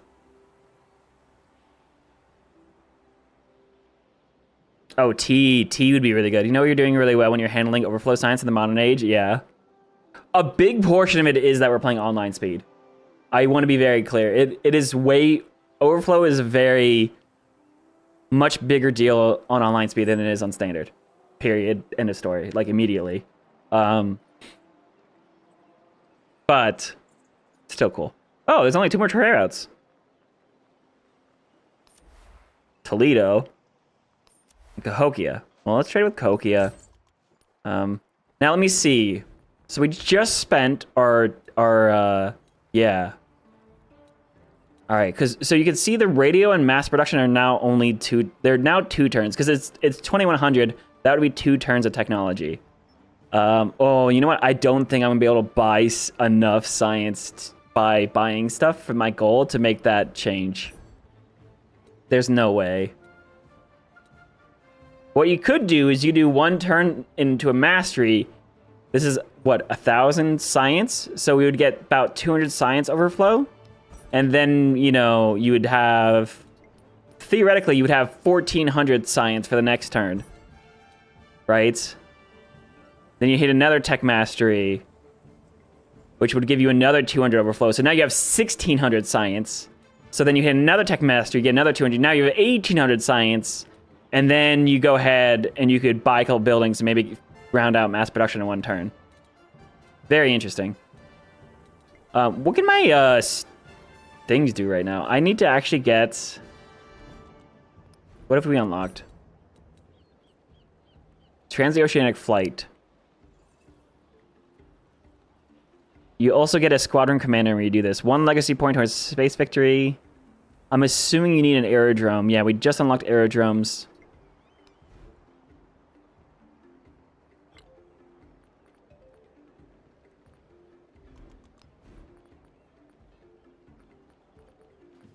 Do I save gold to buy an aerodrome? Oh, aerodromes are production buildings.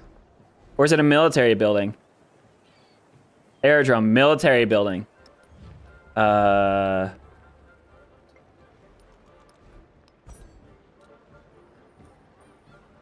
have 50% production towards those, yeah. For Japan.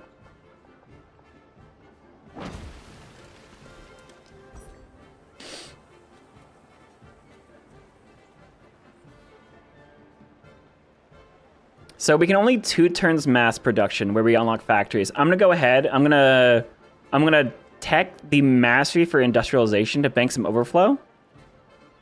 Also boost our production because that's gonna be our science isn't our bottleneck for now. It's definitely production. Then I'm gonna gold buy whatever I can in my capital to bank up more science, and then maybe on the overflow we'll have enough. The question is, oh yeah, I want to buy a port for sure.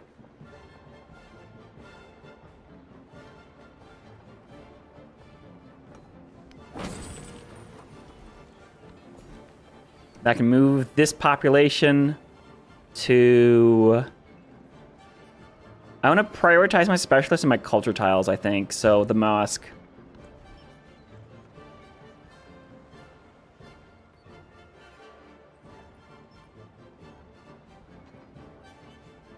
Where's the Civ Dev production and military fix, please? So when you're asking for a fix, what are you asking for? Are you asking, should military buildings qualify as production buildings? For some purposes of like Abraham Lincoln's ability gives science on production buildings. This does not apply to military buildings. Those are a different type of building, but military buildings also give production, so it's confusing.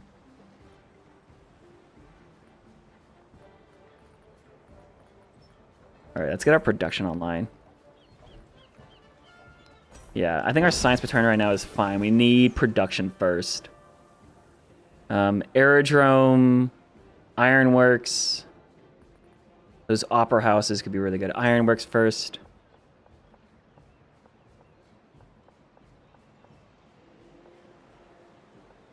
Overbuilding is also giving us... Yeah, also overbuilding isn't giving us science. That's crazy. All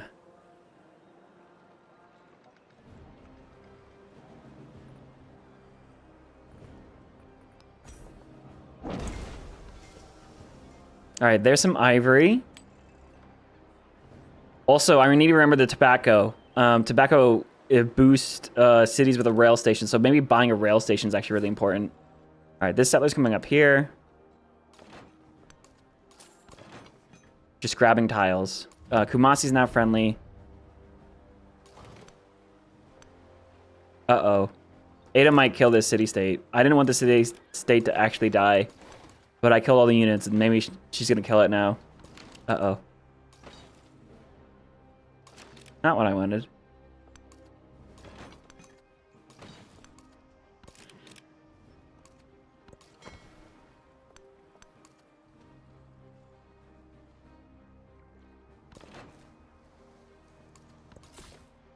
Alright, settle down here. Grab the gold immediately. Nice. Tobacco I can use immediately. We'll also grab more tiles. We'll be very annoying here. But that's fine. Rail station. Ooh, hell yeah, dude. If a building gives a base yield, it should count towards that type. I think your military and production are the only buildings that don't do this. Yeah. It's tricky, right? Because you... I understand why it doesn't. Because there's also production buildings. Like here, your production building is your ironworks. Well, actually, that's your warehouse building. Let me see a better example. Your production building is your factory. But then you also have your aerodrome, which is military. But you also are gonna have down here, military academy, which is a military building. No, military academy is production. Sorry. Okay, it is confusing. I'll absolutely give you that. I'll absolutely give you that. But the thing about the military buildings is it gave you a percentage production boost to a particular type of unit, right? So your barracks give you production bonuses to your land infantry. I feel like you're double dipping because there's so much production to be had. Now, because what ends up happening if you, because the only way you make it clear is if your like say your barracks only gave the production bonus to military, but you don't get a flat bonus to production. Like think about the encampment in Civ 6, which that actually does give you base production, right? And then a percentage modifier, like your barracks gives you a percentage modifier to a particular type of unit. That's what they're trying to go for. It's just, it's not, they need to label it red. Or something. I don't know. They need to use a more Civ 6 color guide. That's probably the real answer. Alright, we'll fill out our roll tiles. This gives us a base yield to counter, okay, we already got that. Oh shoot, we did it! We one turn industrialization mastery straight to mass production. One turning. We have banked enough science to hit technology in one turn. That's crazy. Okay. Ooh, sweet. Okay. I can defend. All right. Also, this admiral, he's gonna go home. He's gonna sit in the capital and boost our yield some more. We need to repair a brickyard here. I have gold to spend. Oh, dude, I have projects. My gold needs to go to my capital. It needs less things to do right now because I need to build the aerodrome. Right? I'll go buy that. The aerodrome needs to be built. Before I forget, I did pin. I need to have specifically the launch pad in the capital. Somewhere. Because the aerodrome is also going to come down here. All right, I need to have both of those in the capital because my capital is by far and away the best city I have. Oh, the pyramids are doing so much work for it too. Oh, I did want to buy that last merchant though. They're actually close to being befriended. Let me go ahead and yeah, we'll get that settler out soon. Sweet. All right, we're gonna grab this resource here, and then we're just gonna grab space for that town to actually keep growing. We actually have one more resource capacity, or one more settler capacity. Oh, that's this one. Yeah. Okay. Sweet. I'm still using my influence to befriend people. Oh, I have improved trade relations to do too. Do I actually want to get the happiness from local festival? Supported. Both leaders receive 9 happiness per turn in cities. I have 5 cities. That's actually quite a lot. But if they accept it, you get happiness and he gets influence. Okay. Let me just get my city-states on my side. A culture one will be nice. They're also friendly, so they're going to be easy to befriend very quickly. Oh, you know what I don't need to do is I don't need to explore because we're going to do that with the space race projects.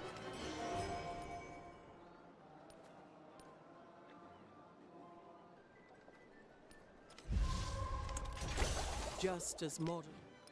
Amazing, dude. See, okay, now we're at 2 turns for armor. We're gonna go back.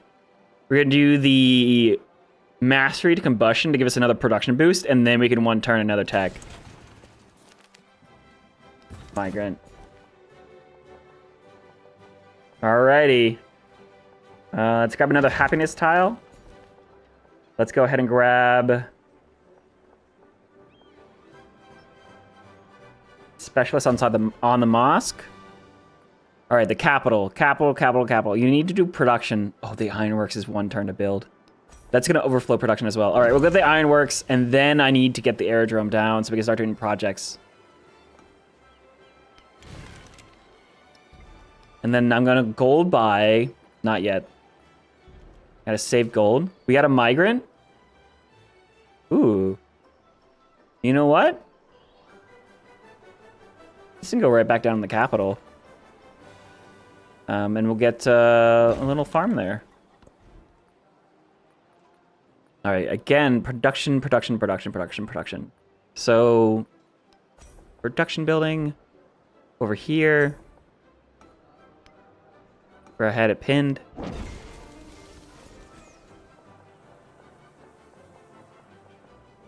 Ooh, there's actually a resource to grab there. Nice. So yeah, I need to get factories, specifically my capital. Hey, Flapjack.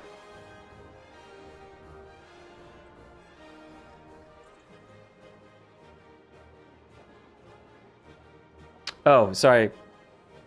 Do you know how many percentage of the world population I have to convert to get my religion and get an extra belief? You can't remember. I cannot confirm that. I did see this on Reddit. I believe in the exploration age, if you convert about 80% of the world's population, you will unlock an extra belief. I could be wrong. If you already have 80%, like that's the easiest way to say it's not 80%. But what are you at right now? Out of curiosity.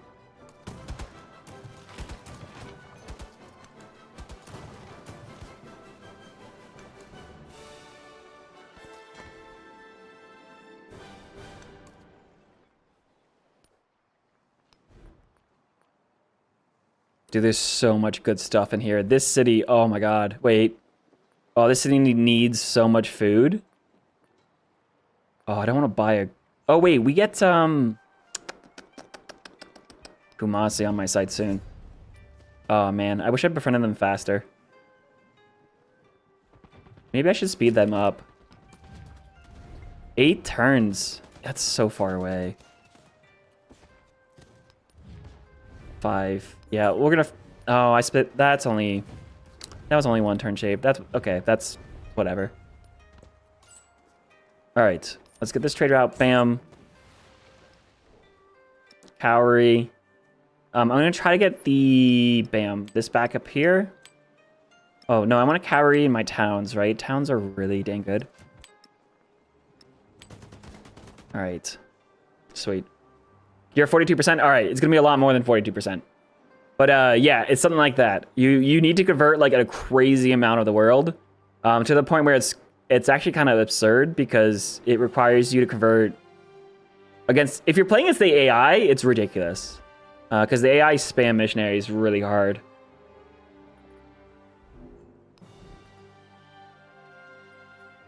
Dude, the Lotus tiles are so cool. I love them. So this is actually a really interesting thing that we've noticed, is that I have a lot of buildings in my capital. That means the production cost scaling is so massive. You'll notice my capital, if I try to buy like my unique district, is 2,700 gold. While if I try to buy it somewhere else, 2,300. Let me see something that makes a little more sense. Warehouse buildings. Oh, my urban center. Yeah, so Babylon doesn't have a ton of buildings, right? So the city park is... Or the cannery is 1,200 gold. But in the capital, the cannery is 1,900 gold. I have so many buildings in here. And I also have 5 cities. We're really feeling the production scaling right now. That's why we're bottlenecked so hard on production. Interesting. Okay, cool. Specialize. Bam, bam, bam. Another migrant. Bam. Mountain. Every rural town in the capital is accounted for. Oh, I don't have enough science for the armory yet. 2 production on military buildings. Oh my goodness. Mass production. Food on fishing boats and pastures, and food on field buildings. I'm gonna master mass production. Science. Oh, celebration science. Hang on. Is that enough now? No, it doesn't look like it. There's still a really good mastery here to get. Alrighty, so I think we're only gonna try to build 100 production in this city. Oh, 174 in the capital. Yeah, these production buildings are scaling, dude. I think I only need 1 aerodrome and 1 rocket pad for now. I need culture. I need science. I also really want these to be done. So finish your unique quarter.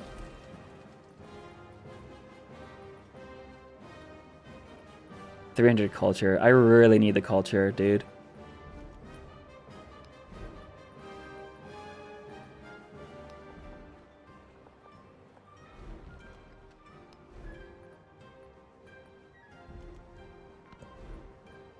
Maybe I shouldn't have made urban towns if I'm trying to win this fast. You also get a belief having a majority of distant land players, as well as a majority of everyone. Oh, is that how you get both? Interesting. Try and play passive, make as many trade routes as possible. Axum Amina is into Chola Amina. 1 gold per age per trade route, and doubled if you're the most trade routes. I have Tithe, nice. 3,400 per turn without war, gold. Wow, that's pretty crazy. That's awesome, dude.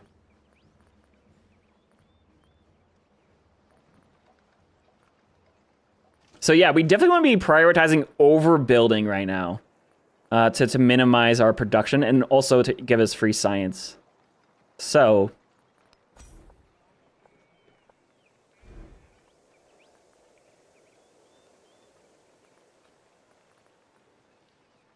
I do have production to military buildings. Nice. Oh, sick. Yeah, let's get some resources there. There. Resource capacity in these 2 cities. Fantastic. I need factories soon. I really need factories.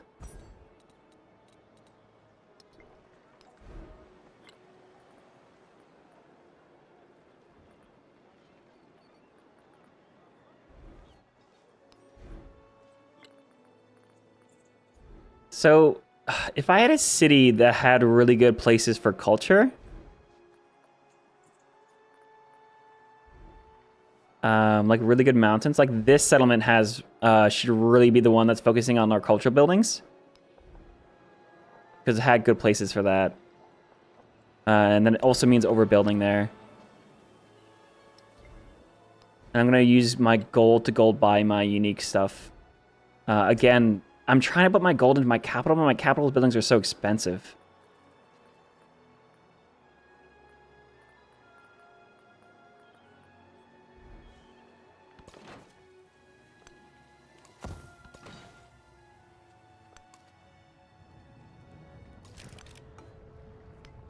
Oh, we're not staying on that tile anymore, and I can't because they're friendly. Whoopsies.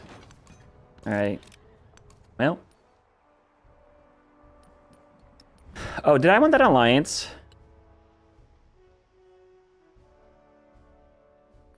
Yeah, let's do it. That's gonna give me more science. Let's also do a local festival with Confucius here to get him to like me more.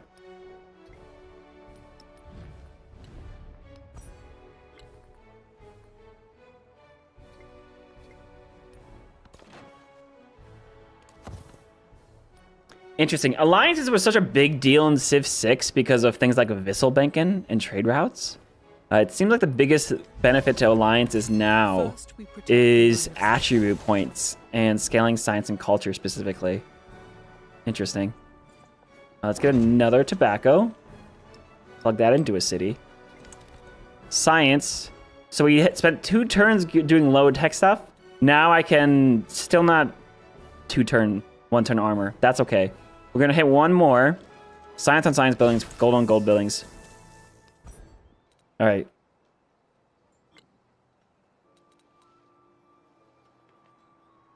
Oh, modernization has production towards overbuilding. I totally needed that.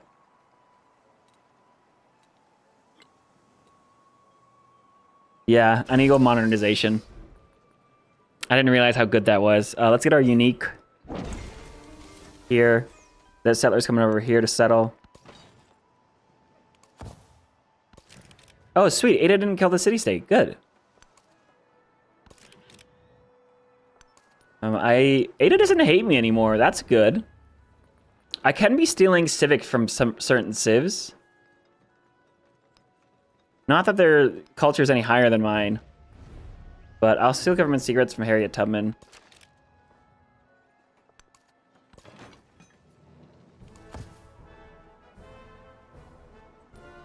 Of course, this is without war. We're trying to rely only on our sim right now.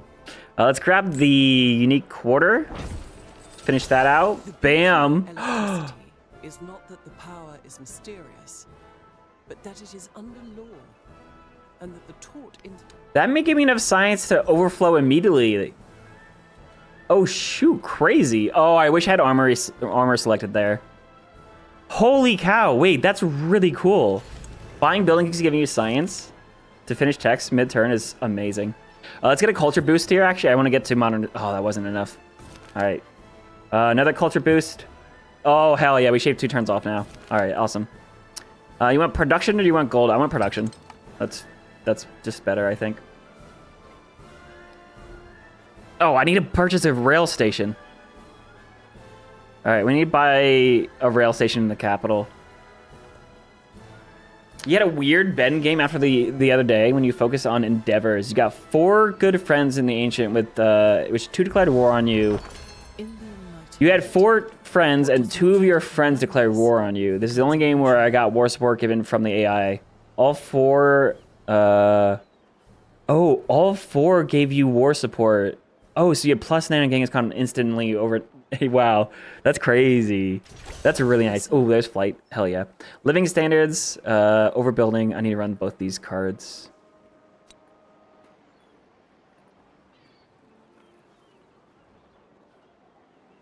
Golden science for each resource assigned to a city with at least 5. Definitely have cities with 5 specialists, so we'll take out the 3 science card. That sounds... So they give you the like the +3 like war support one, right? That's really good.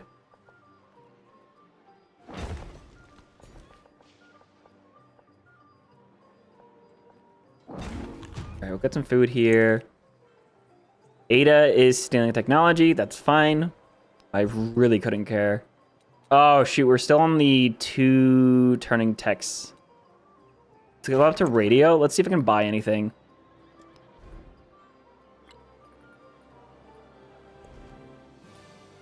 I guess something expensive. I guess it doesn't really matter because you'll just buy more.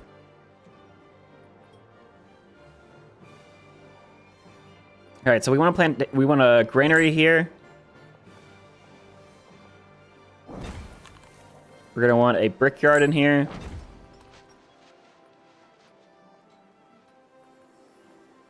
We're gonna want.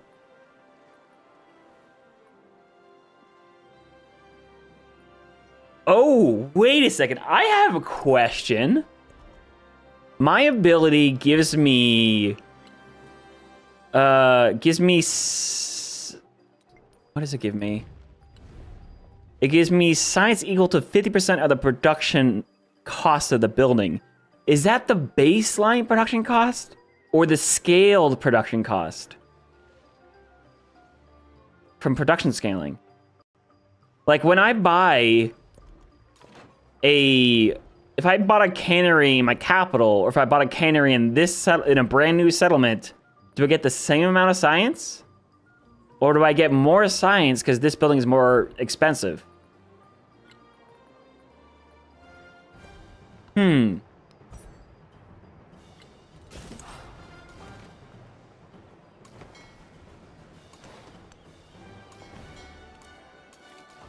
we're gonna station this in the capital. Get another yield boost. I said I wanted a rail station, right? 3,800 gold is crazy. That's very expensive.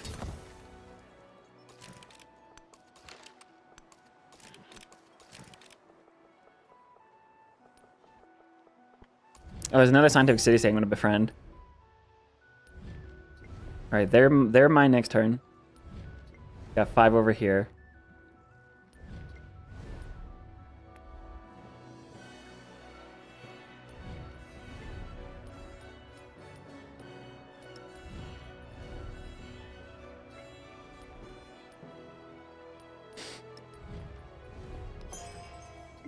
He's accepting my local festival. That gives us more happiness, more policy cards. Wow, the AI are really kind of just... Oh,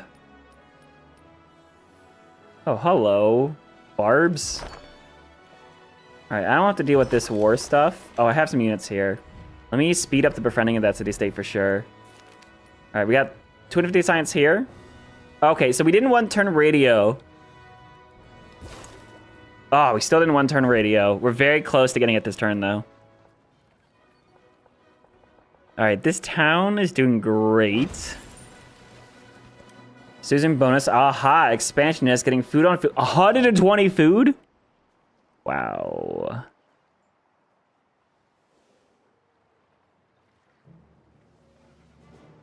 Yeah, 120 food. That's amazing. Another expansion to city-state. We can grab food on resources.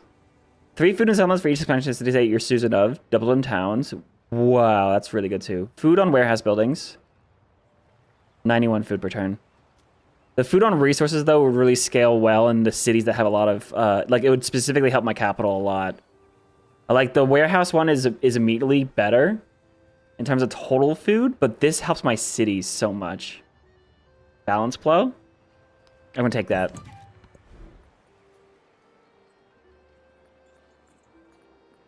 All right, and this city really needs to build its opera house. I need that culture really badly.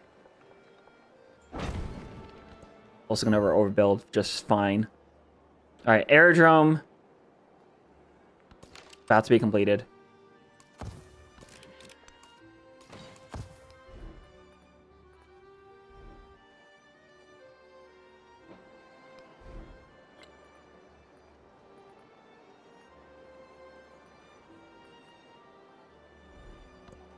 Making almost 1,000 gold per turn, though. That's sick.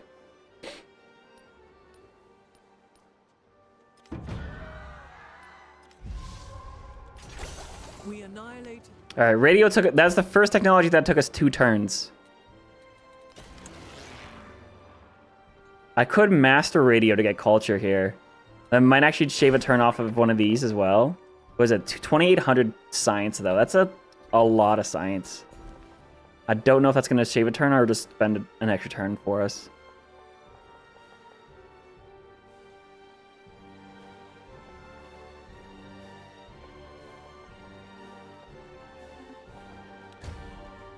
Get some more specialists down. All right, the capital. Can I buy the rail station yet? No. What can you build? Build something that needs... Oh, the grocer is 1 turn. Opera house is 4. Rail station is 3.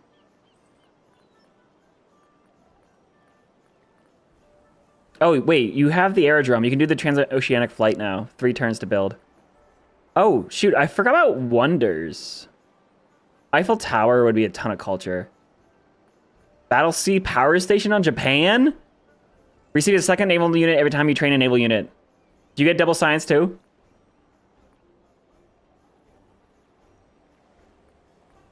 All right, we'll do the transoceanic flight. I think we're going to get some things like... my other cities can build my wonders, so...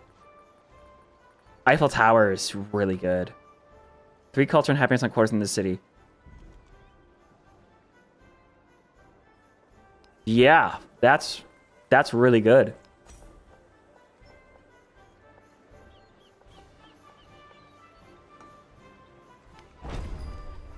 We also have some of these, what is it, minor embassies. They were giving us some ageless yield as well. That's very nice.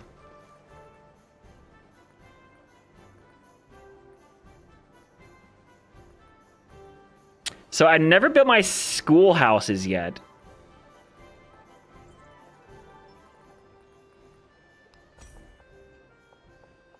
I was just relying on my Golden Age universities entirely. All right. I actually am thinking about reassigning most of my resources right now. Oh man, I really need production in the capital so badly. I also my 3 primary cities need a ton of production, so I'm gonna bring these. I'm gonna bring the production home.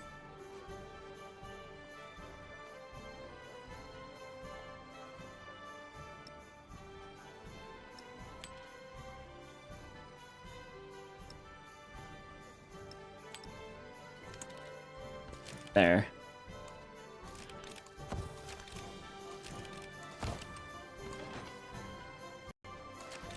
Holy cow. Wait, this settlement's actually dying. Yikes.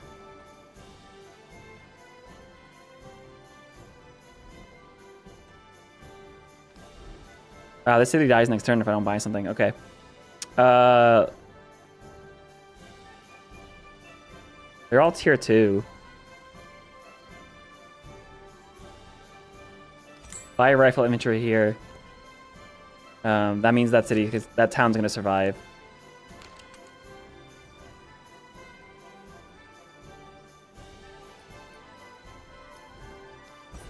So the mastery here to radio. Oh wow, it gives me 0 culture. 1 culture on culture buildings. Does that... That doesn't affect 8... Oh, that doesn't affect out of era buildings. Really? 0 culture? I mean, my kiln's still a culture building, dude.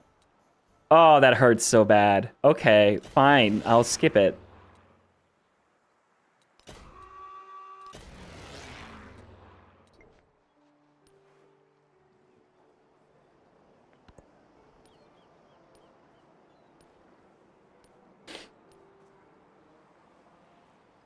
The other thing you could do is probably just get your like 3 cities, get their production all the way up, and then do like the 3 products all at the same time.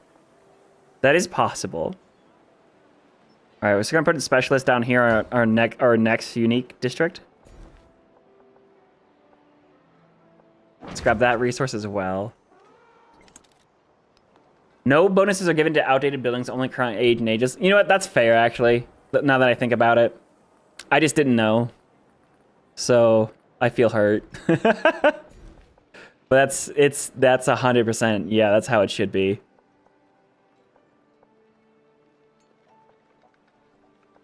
Let's go ahead on the Golden Age University. There's cotton over here. There's a lot of good stuff. Yikes! All right, so bam.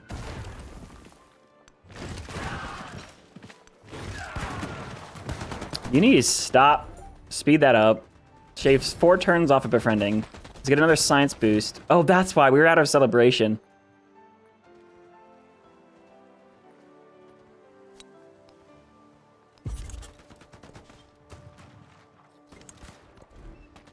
All right, you can hit a town focus, but I want this town to keep growing. 3,300. The most, for you, the most reliable for Japan science came out, gold buying, overbuilding, and racking in instant science. Yes, absolutely. That's what I'm trying to do. The problem is I went 5 cities this game, which not only is it hurting my specialists because I literally have the promotion to get like more science on specialists if you only have 3 cities. It also means the purchasing power in my capital is so bad.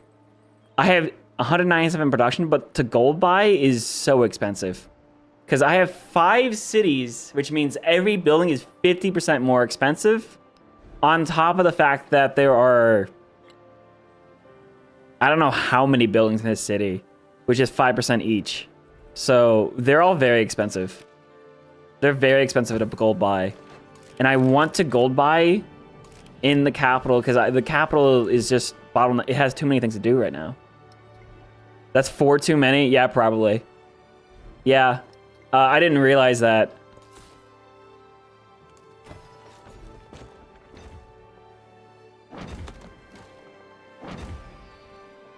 I know that now.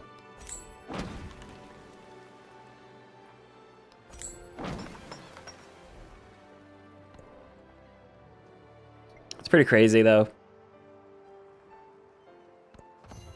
So Science Victory especially, you want to go one city, eh? And that's the thing, though. My cities, they did... You know what? Oh, man. Everyone hated that cities got back into the towns. Men shall fight. Ever since, like, Civ released. But ever since they added the production scaling, it's like, yeah, no, I want my cities to go back. I want these things to be towns now. Oh, look at that. Culture on warehouse buildings, boom. Huge boost in my culture. Immediately.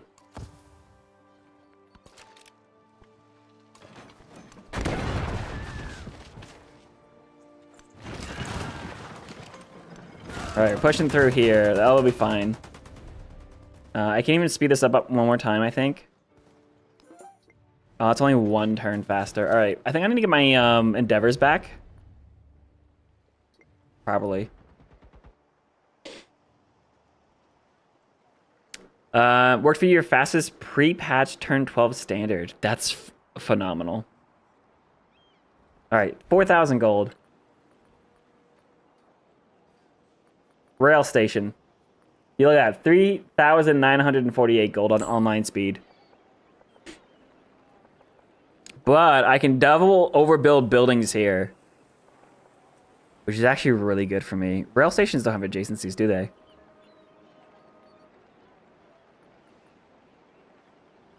%10 towards training units in cities with the railroad. 18 gold, bam.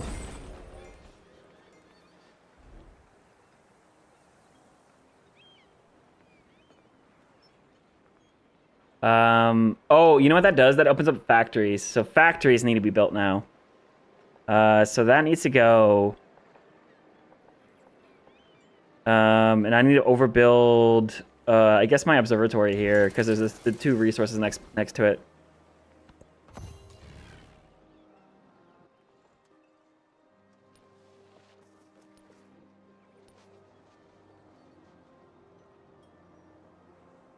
I like this. You guys are helping me figure this out too. There it is. First space race project. Bombardment. All right. So he hits those 2 techs. I think that was only 3 turns. So that was 2. That was 1. This is aerodynamics. That's now 3 turns. Of course, I mean, there's only a couple techs left. Like these techs are 4,000 science. That's very expensive. These masteries are both combat strength, so we can definitely skip those out. Militaries are attribute points. Production towards military. You know what? We are Japan. We're supposed to spam military at some point.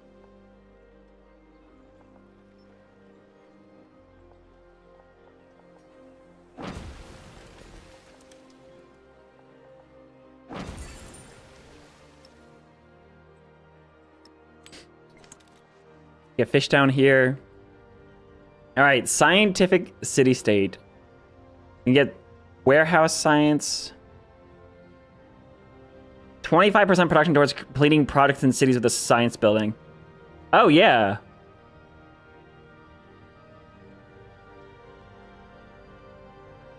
Yeah, we're going for science victory. We're doing products right now. Bam. Need that. Ironworks, 1 turn.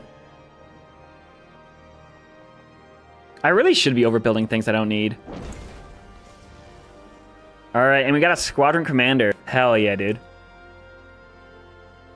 Who hates me? Harriet Tubman?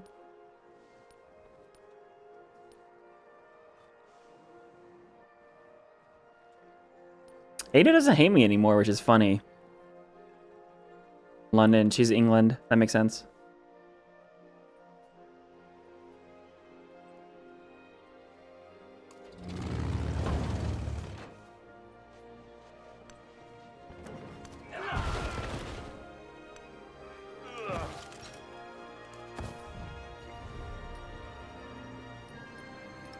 All right, let's get our research collaborations back. 1. I need another turn for the next one. Makes sense. Russia's the only other scientific civ you feel like they're not... Ooh. What is Russia like? The thing about Russia in a multiplayer game, playing like Catherine specifically means you're going to spawn near tundra, which might make it so you're not in the center of the world, where you're going to get crushed. It's culture and science on districts, doubles in tundra. They must have other stuff in their unique Victory that leans to it too as well. America has good production and gold, so they're very universal, but certainly they're very good for science victory as well. All right, this town now should focus. I definitely don't. The factory town focuses is good here, specifically for economic victory. I don't think it's really that necessary though. We got what? Fishing boats. We got some production. 73 food. Let's just go ahead and go for farming town again.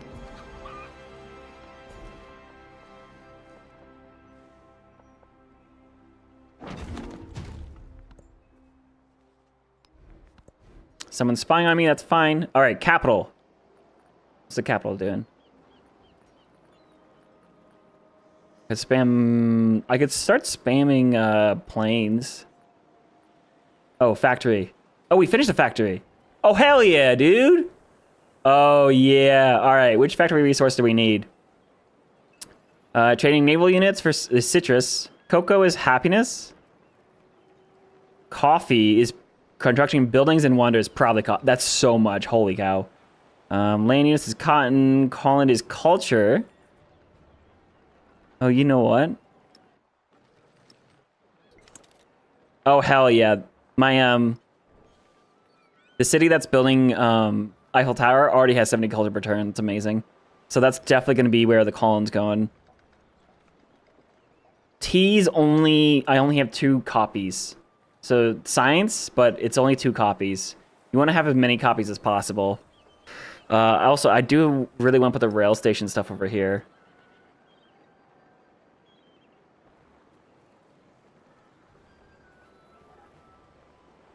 Where's the best science? I mean, oh, the capital has such dang good science, though. Here's the thing. I could put the tea in, get 10% science, and call it a day just by putting the tobacco and stuff in there. Or I could dump 1, 5, 10, 15, 20, 25, 30, 35, 40% production towards buildings. And wonders. Russia gets 15% production in science, empire-wide through traditions. Oh, okay, yeah, that's pretty good. Communism also is good for science victory. If I had good culture here.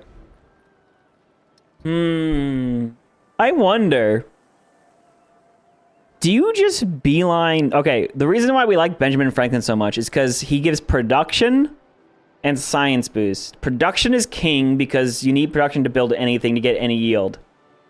But science is also pretty dang king in Civ 7 because science gives you culture, it gives you food, it gives you production, it gives you science, it gives you everything in the tech tree. So production is king, but science is also brings everything. That's why I like him. I'm wondering how to fill out the culture, the cultural deficit we have, specifically with something that's ageless. Whether that is, like, I really liked the Assyria opener with the science and production quarter. Something like the Hawilt obviously is a really good ageless thing. What are the... Maybe there's a city-state improvement that's really good for culture in Exploration Age. Resource is a god tier mod. Absolutely. Oh yeah, before I forget.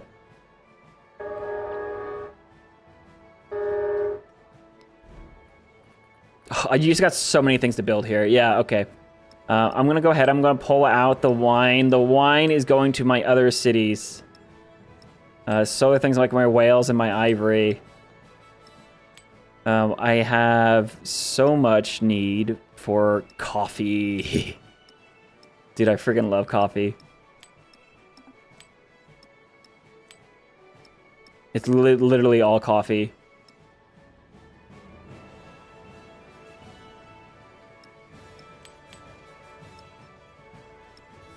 So obviously if you're playing economic victory, you want to get as many of the factory resources slotted as possible immediately. That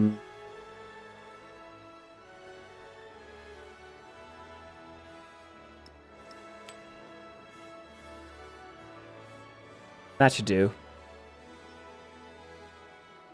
That should do.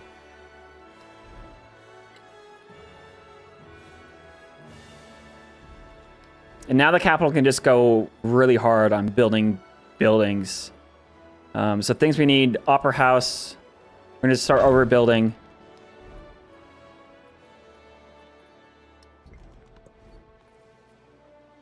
Communism is also nice because at the end of the trees, the policy increases projects by 30%. Yeah. So I need to get to communism. That's why I'm saying my culture being low is pretty bad here.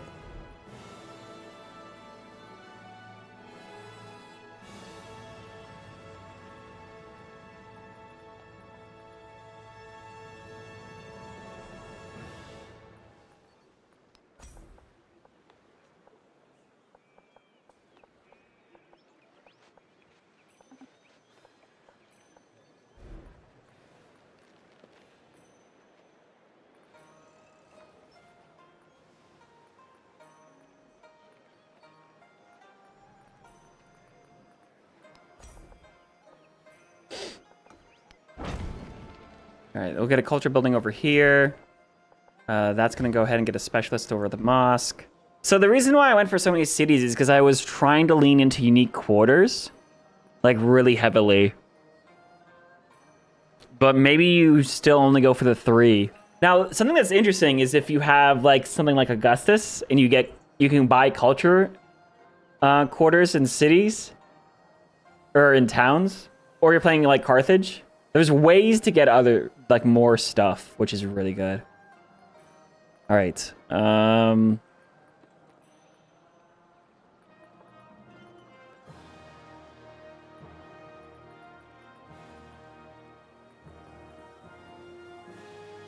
Let's get our unique quarter built out.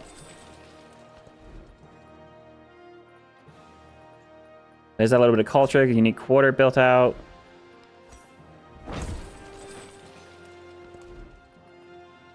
I repair that plantation.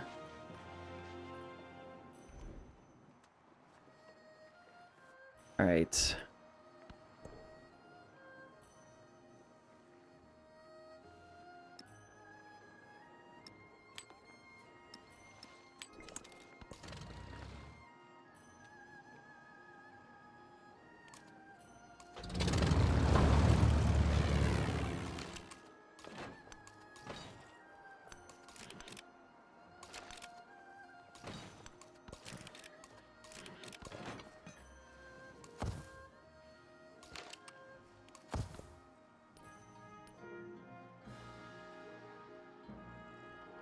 This Uluru settlement is actually really good for me to getting all this culture over here. Actually, I should probably start getting this settlement to grow.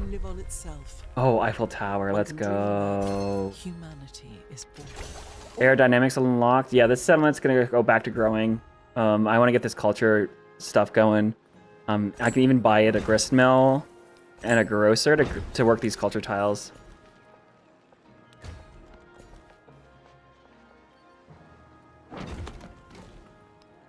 There it is. And then it's rocketry time. All right, modern civical political theory. Oh, I hate that you have to unlock all of them. All right. So, very nice having that wonder. Eiffel Tower. The city now has 100 culture per turn. Let's get the Opera House built. Lean into that. Ooh, artifact. Get an artifact, but negative 137 culture. Oh. Oh. Is that even worth it?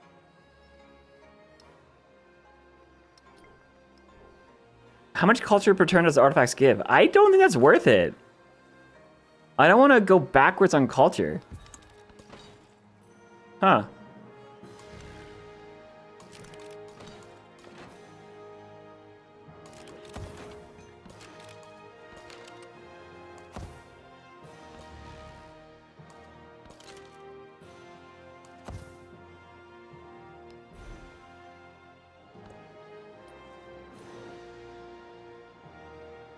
We got 200 influence.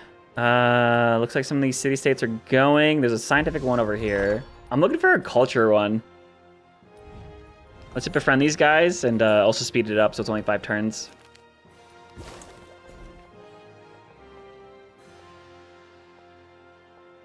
T. Oh, T's actually. Yeah, T's really good. Got another science boost. Do we need the science boost, though? Oh, yeah. I mean, sure.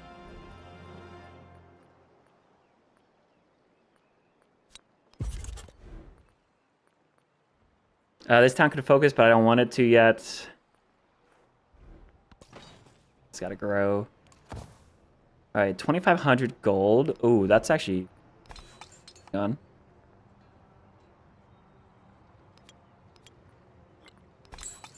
$400 repair. That's very expensive. Yeah, this is the biggest problem I made here is having too many cities. That's very interesting. It really feels like the 3-city thing is actually really good. Ada has -1 gold per turn. Ada, what happened? Ada, no.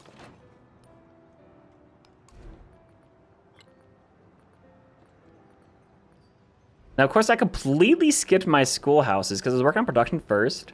I should be scaling my science more, but I feel like I'm going to run out of things to research. Like, very quickly. While my production is... Oh, I forgot to break this sound barrier. I need to do that. And then in 3 turns, I'm going to unlock the spaceports launch pad.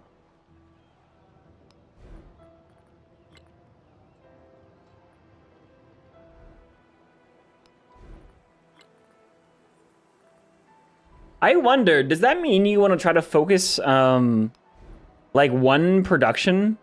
Like, one city could have production for... One city go for the aerodrome, and a different city, if you have 2 cities that both have really good production, one goes for aerodrome, one goes for the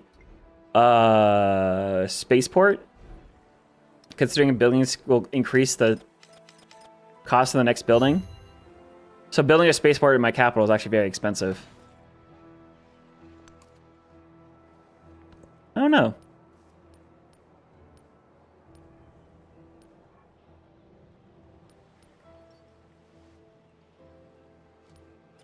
The memory of having died from the...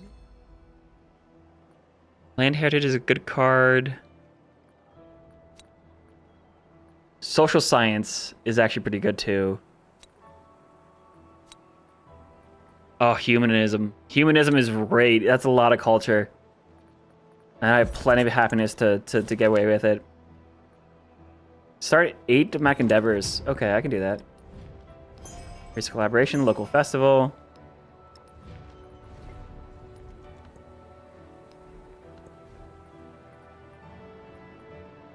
All right, museums are finally unlocked.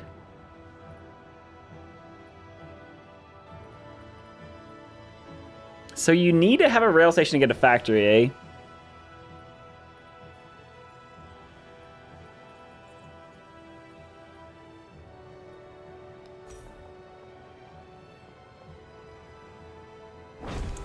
Guess schoolhouse. They're cheap.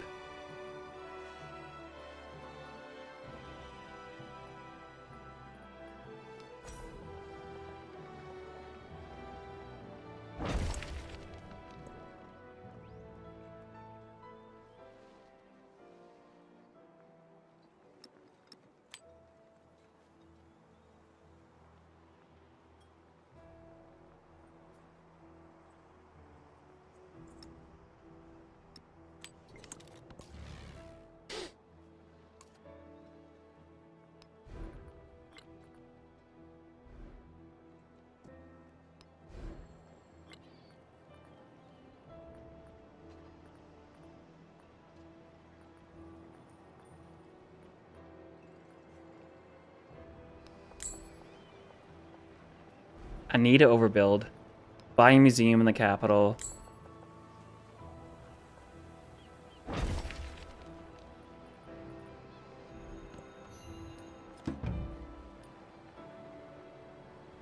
Harriet Tubman has joined democracy. Okay.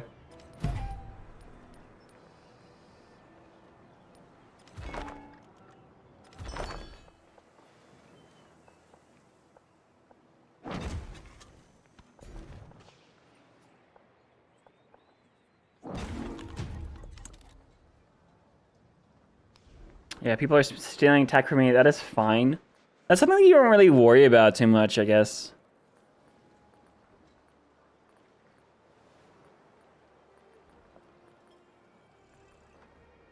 There's no reason for the city to be building these buildings right now, I guess. Like, there's just... It's just, Huh.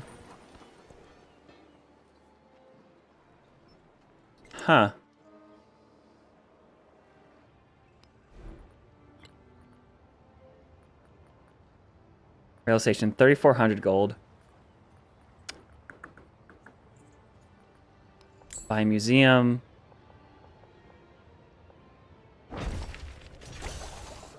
Ooh, that finished a check for me. Oh, that's huge. Oh, shoot, we finished rocketry a turn early. Okay. Sure.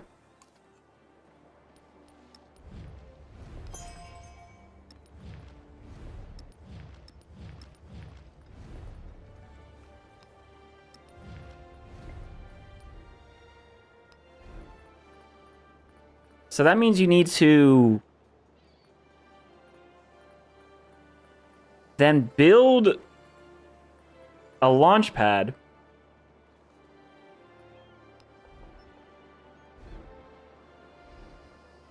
I need to finish breaking the sound barrier. I need to build a launch pad. 115, 175, 127. Yeah, it still needs to be in the capital.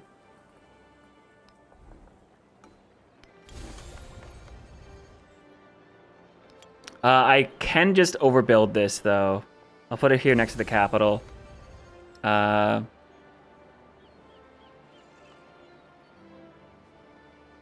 that's technically not a quarter. I still wanted to scale the production. Yeah, that's fine. I'll put it there.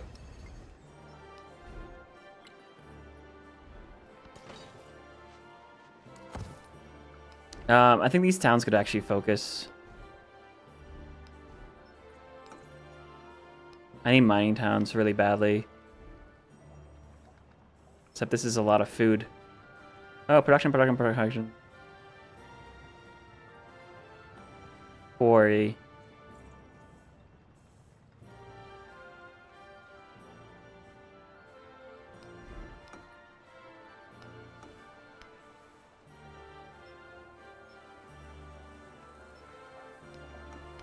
Go mining town. I need the gold per turn.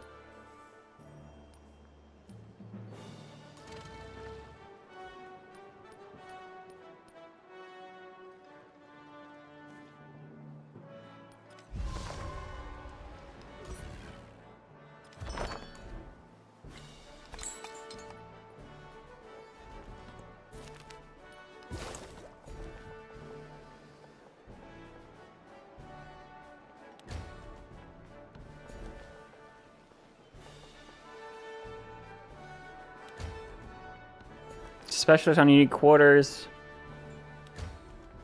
Science quarters, culture quarters. There's my T. So there's 3 T now. Alright, let's build our rail stations.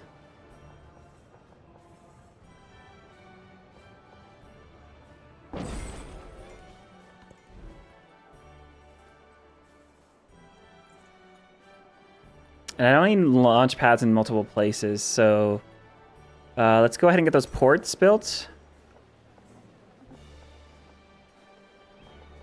Oh, I really like having them over here. Next to my unique stuff.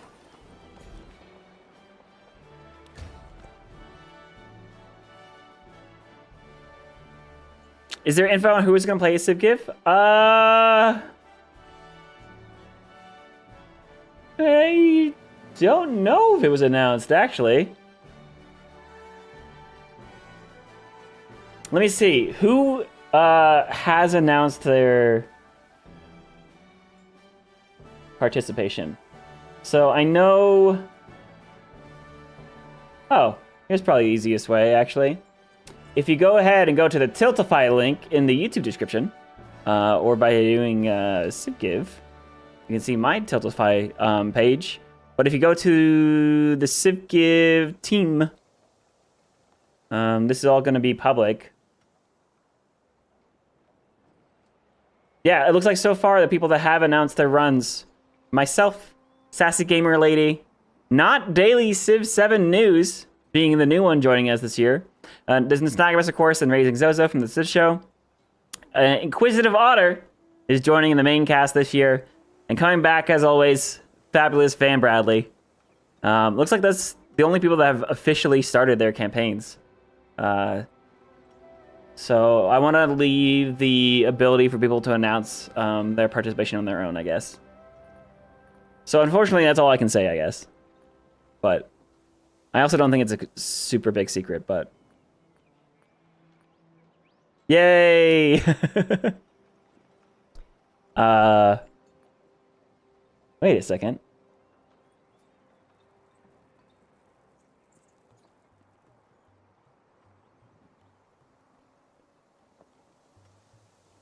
There's obviously a few there that you can probably assume.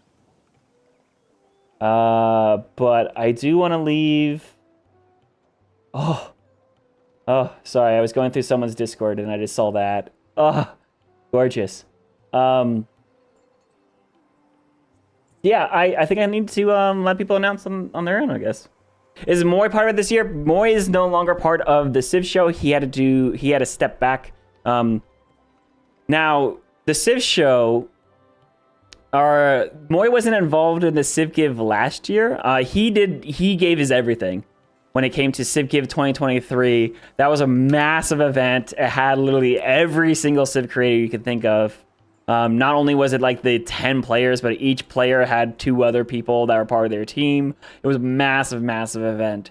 So last year they ran CivGive without Moy. Moy, he needed to fully step back and focus on family. Since last year, the CivShow has actually picked up a new member, Roman Holiday. If you're familiar with the Roman Holiday AI mod, he's actually an official member of the CivShow now. He's not just helping the CivShow; he's part of the CivShow. So, and which is good because he's a technical guy. Moy was the technical guy on the CivShow, and they need a technical guy on the CivShow. So, not that you could ever replace Moy, but he's filling the role. Didn't know he's part of the CivShow? Yeah, I didn't know that either. It was like unofficial for a bit, and now it's like official for now. And I don't know. At some point in the past year, he officially joined.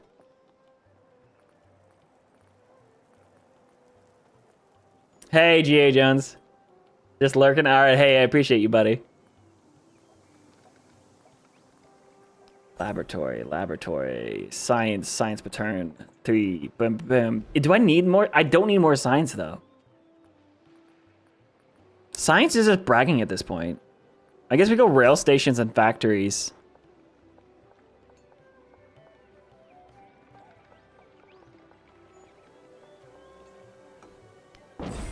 Yeah, rail station. Start putting people on my unique stuff. Hope you're doing well. Yeah, dude, G.A. Jones, we gotta play some Civ sometime. And you get you, and you get Machine Dana in here. Has anyone seen Roman play? We sure he's not 100% in AI? No wonder he knows how to make a good AI. Actually, would AI be good at making AI? I actually don't know that. I think we're just funneling money into the capital at this point. I also need to increase its resource capacity. So if I things like ports... No, I have the port. Stock exchanges give gold on all quarters. I did not know that.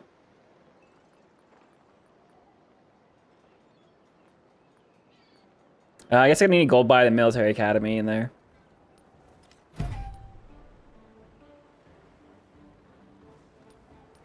Yes, we do. Absolutely, we can't leave our Aquarius and the gal that I can't remember her name at this point. God, we can't forget that gal that I can't remember her name. Adapts his policy to his times. That's adorable. Are we talking Lumbago? Is that who we're looking for? That is so funny though. That is that is so funny. Alrighty, here we are. It's time. Nationalism? Nah. Globalism? No. Communism. Start with an L. Lumbago starts with an L. If you're talking about the person that played Civ with me and Machine Dana, it'll be Lumbago. There should be at least 1 or 2 ways to add a research capacity in the modern age. It's weird to lose camels and no tools for expanding it besides ports. I believe ports is 1. And then, yeah, resource capacity from ports is 2 resources. Then you should certainly have the rail station does not add a resource capacity. The factory does add a resource. So yeah, factories add a resource capacity, but you kind of need to have that add a resource capacity. How else are you gonna get your factory resources in there? So right now it's just ports and factories. I agree, losing camels hurts a lot.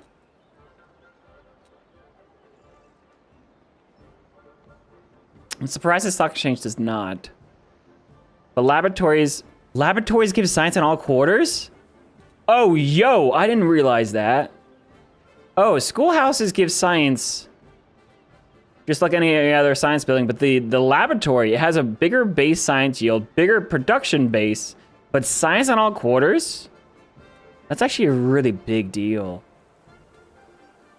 But yeah, I'm hearing you. It doesn't seem like there's really a ton of areas to hit resource capacity, at least in the tech tree.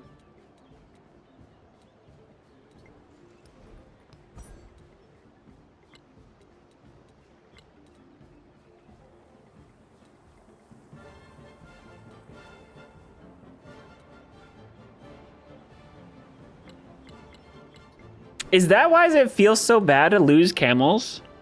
Because, like, when you need factory resources, like, literally the most, there's not a lot of places to add it. Communism we're going because communism boosts science and production the most. Democracy boosts health, or sorry, happiness and culture. Fascism boosts production and military strength. Oh, and gold.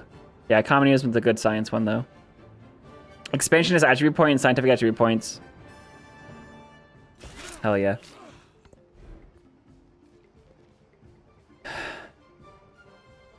Ports do come very early. That's true.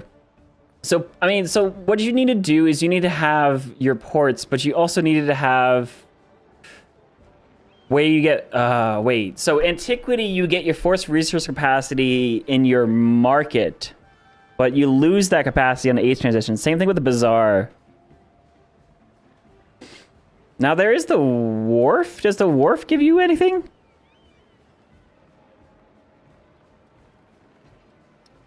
It does make others, certain civilizations, like starting with Carthage and getting Kothons, that is very good. That is like resource capacity, unique stuff is really, really good.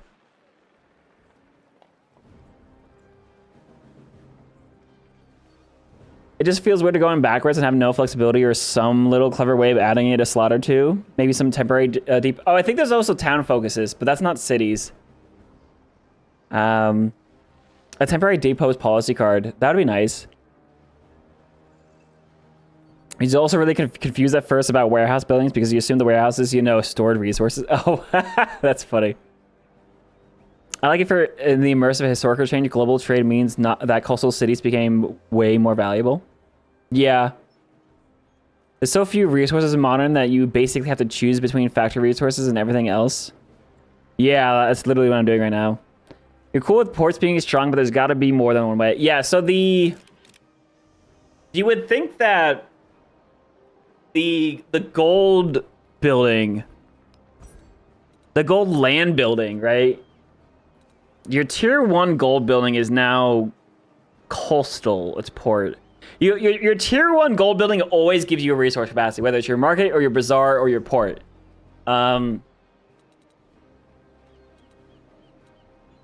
It's weird that your tier 1 gold building moves to water, though.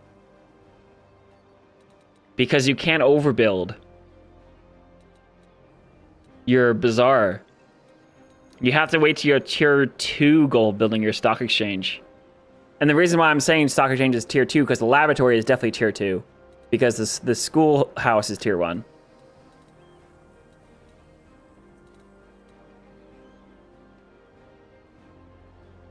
I would say rail stations should add a resource capacity. Factories should probably add 2, to be honest. Yeah, I don't know.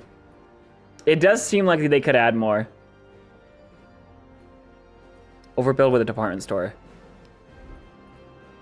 Yeah, but the department store is a happiness building. I'm specifically talking about gold buildings. Like gold buildings overbuilding gold buildings. What do you mean? Why are we both saying department store gives? Oh, department store does? Oh. Well, that's weird. The happiness building gives... All right, we need to make a list of everything that gives resource capacities. That's very awkward. Holy cow. Okay, wait, so I need department stores then.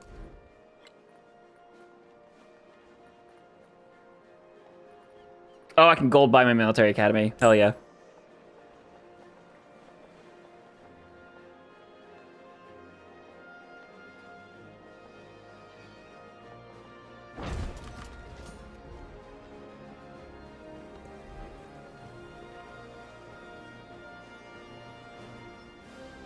There's a fundamental trade-off, as in passive games with coastal cities, more food, ports, etc., but fewer tiles for buildings. You ran out of space in the archipelago for later modern buildings. Yes, but they also do have a lot more coastal buildings now. Yeah, weird. I mean, department store, it makes sense, right? Like, if you think about what a department store is, it's going to give space for your goods. It makes sense it's a happiness building as well, because it's specifically focused on making sure your people, your population has access to goods. It's interesting mechanically that the resource capacity moves. It's not that it moves from the tier 1 gold building. The tier 1 gold building just moves to the water. And then your happiness building now has a resource capacity. So I like the fact that you can find more resource capacities in different types of buildings. I didn't know to look for the happiness building. I think this is stuff like this is good, right? Having stuff where you have more ability to get resource capacity is good. That's what we were just arguing about. I just did not know to look for that there.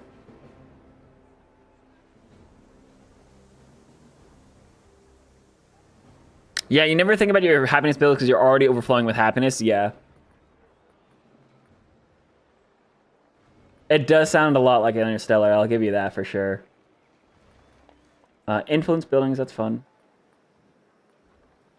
Stock exchange. Oh, man.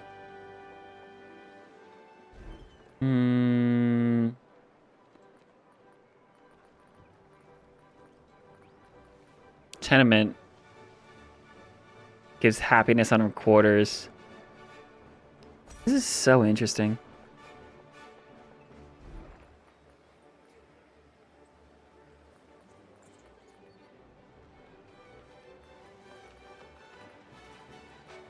Wait, so what's the...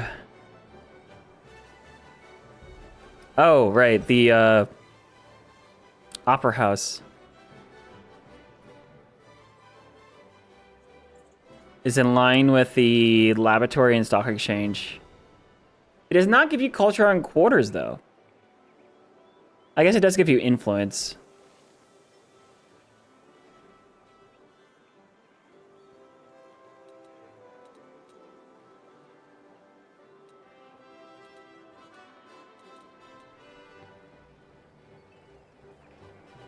Anyway, so resource capacity, you can go for port, factory, and department store to get 3 resource capacity in your cities. You know what the problem is? The problem is that camels are still bugged. Camels are way better than they're supposed to be.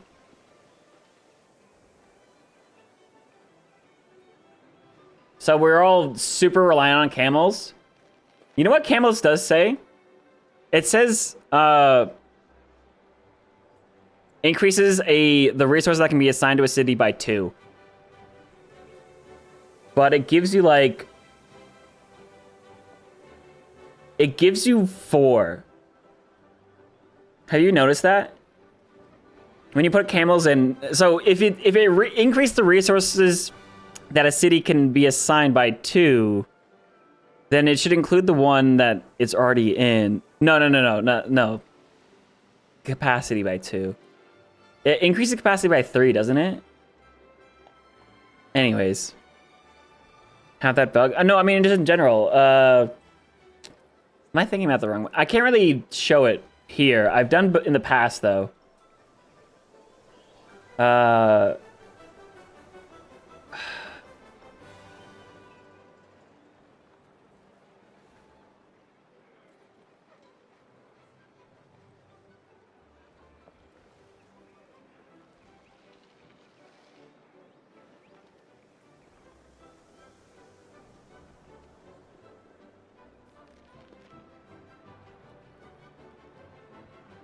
Here. From Abbreviated. Look. So, a camel is supposed to add 2 resource slots, right? So here, this city has 4 resource slots. You plug in camels. 1, 2, 3. So not only are you getting... Like, you put the camel in, which is, you know, going to take up a slot, but it gives you 3 slots. That's not 2. The camels have been bugged for a while. This is why camels feel so good, though. I don't know if this was a thing that was fixed or not.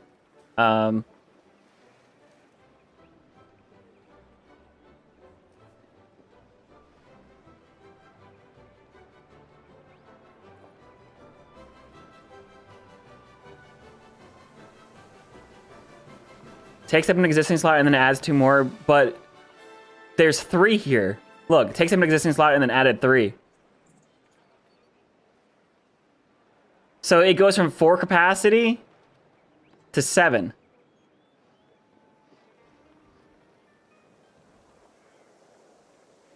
When it says camels are supposed to add 2. And that is not including the slot that it's taking. Hadn't noticed. That's the thing. A lot of people don't notice because you just throw it in and it feels great. So I feel like the reason why camels feel so essential is because they're overpowered because they're literally bugged. Maybe they fixed it. Maybe that's something I haven't realized they fixed. That's possible, but that's something I pointed out a long time ago.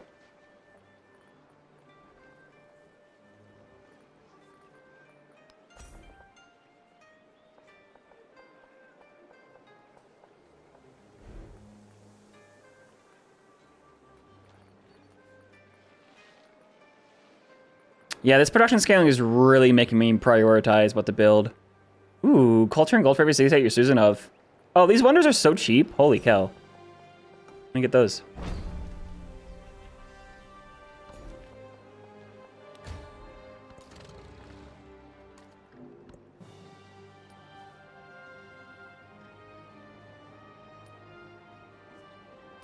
There's 4 wonders over exploration and antiquity, but 0 in modern that you're desperate for more resource slots.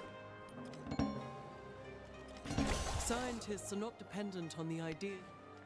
It makes sense there's a lot of wonders that give resource slots in exploration age, because that's kind of what they were all about. Ooh, science. What are we getting? Science and science buildings? 5% production towards buildings for every scientific city that you're choosing of. That's a lot. Free tech? Oh, that's fine. I don't need that.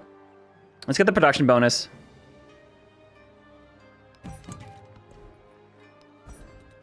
Tech-wise, we can get future tech now. Random attribute point and 10 age progression. No, let's just start queuing up this other stuff. I got culture here. Oh wow, these are all just combat strength. That's cute. Let's get a culture boost now. Oh wow, we got a lot of policy cards.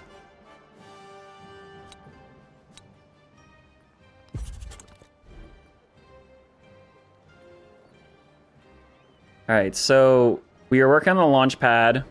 I could probably gold buy the rest of the launch pad out. I always forget you could do that. Oh, it's so expensive. Holy cow.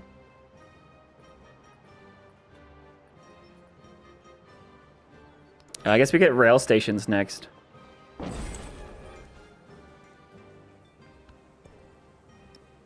There's some resource capacity.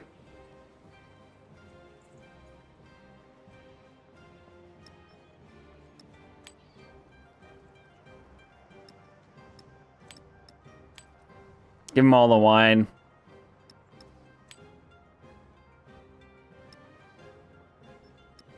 I haven't even bothered sending more trade routes out too. Let's get a research collaboration going. Ooh, alliance. Very nice.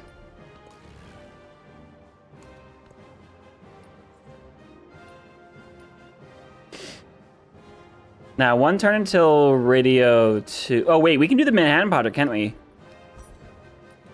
Yeah, nuclear fusion. Workers of the world. Food from specialists, negative happiness in towns. Science and negative gold. Interesting. I don't need great work buildings. Let's get the food. The science is really good too. 1600 science per turn. Let's go future check. Might as well. Have 125 population across all settlements within 10 turns. Ooh, democracy lies at the heart of a true socialism. Scientific attribute, 1,000 gold. 1 point towards the ideology legacy path. Actually, I'm gonna take the 1,000 gold. I'm very production bottlenecked. Let's go centralism. Let's grab. Ooh, it'd be cheeky and grab that last tile there for the citrus. Expansionist, 15% yields in towns, 30% distant lands. Huge yield boost. Your first run, you didn't realize that you needed to leave tiles for spaceport and rail. Yeah, classic Civ 6 mistakes. Still relevant 7, but you can do it twice now, right? You're like, oh, I need an aerodrome. I got my aerodrome, and then you realize, oh, I need my spaceport too. Overlay saying you're getting 22 culture for building stonecutter in my capital. Ooh, you have to send a screenshot so I can look at it, Flapjack, in the Discord. All right, let me see. Launchpad. Can I gold purchase the rest of the launchpad out?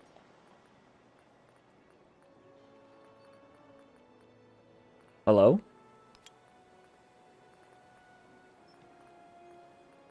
$2,000 gold launchpad. Hell yeah. Oh, dude, I forgot you could do that. You can gold buy the rest of the production out as opposed to paying full price. I always forget about that. Oh, man. Launch satellite. Oh, Manhattan Project? Sir. Oh, you shouldn't have. Oh, you really should not do this. You really should not do that. Oh my goodness. Okay.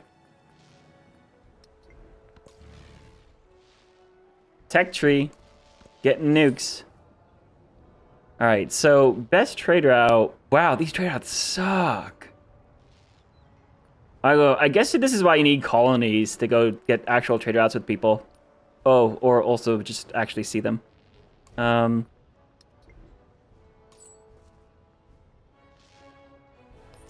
Kumasi? Oh yeah, these guys don't actually require any ooh, there's actually a T.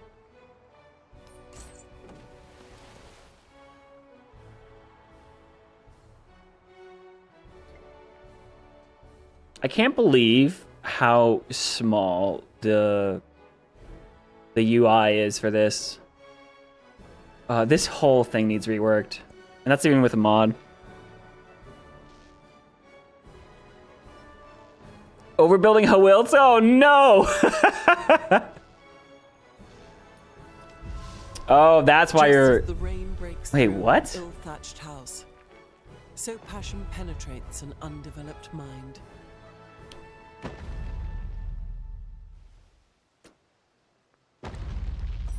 Very nice. 4 influence, 5 culture, and gold for every city-state you're student of ageless. Oh yeah, we just hit 1,000 culture per turn. Almost.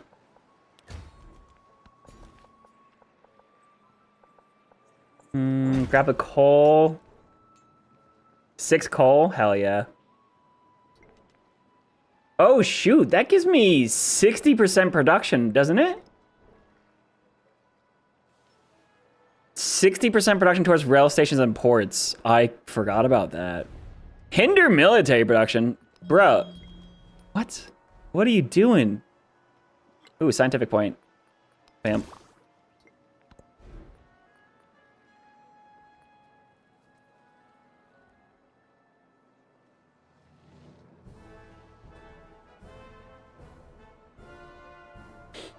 All right, Flapjack, let's see.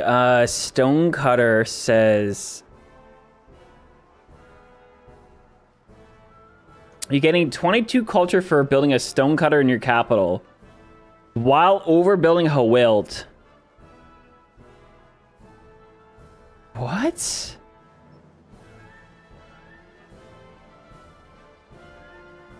Who are you playing?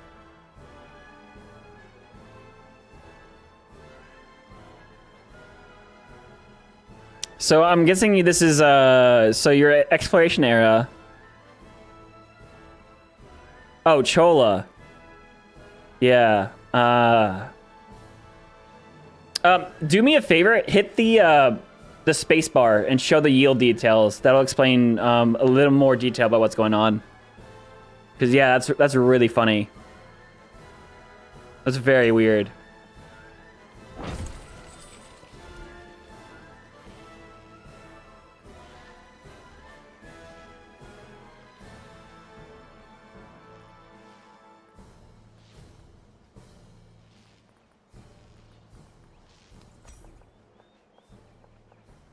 All right, here's the factory. Try to overbuild where we can. Also, should probably start gold buying planes, huh?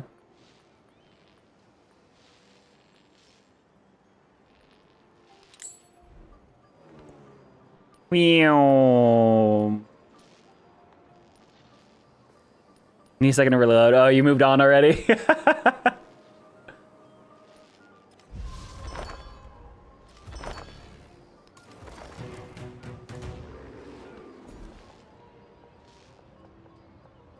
Growing a city, getting the rest of the rural tiles up. This town can finally focus. It's not doing a whole lot. It's gathering a resource. You know what this could be? This could be a factory town. Increase my trade out range. All right, I don't know why she's done. Oh, well, you know what? Harriet Tubman, if you want to do this, you really don't want to do this. You know, she just wanted to denounce me. I said no. And then I want to denounce her. It doesn't let me, actually. We can sabotage her space program. Increases the time it takes to construct launch pads and takes time to complete a launch satellite. That's actually really important to know about. Holy cow. Sabotage ship and destroy all ports and rail stations in a target city. Oh my god. That's hilarious. All right, we're definitely also going to get our units ready to go attack Harriet Tubman.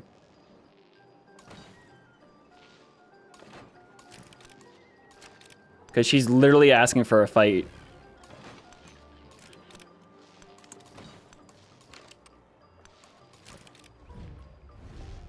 Oh, he denounced me too. All right. All right. Hey, you guys, I'm not working on a Manhattan project or anything right now.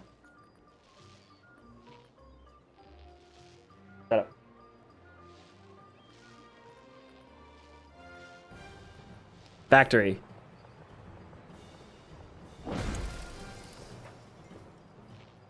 Almost. So I guess in what kind of games do you want to have more cities and which ones do you have less? It looks like with a space victory, you want to have less cities because you really just need to have one powerhouse city that needs to build everything, get all the production, and do all the things, right?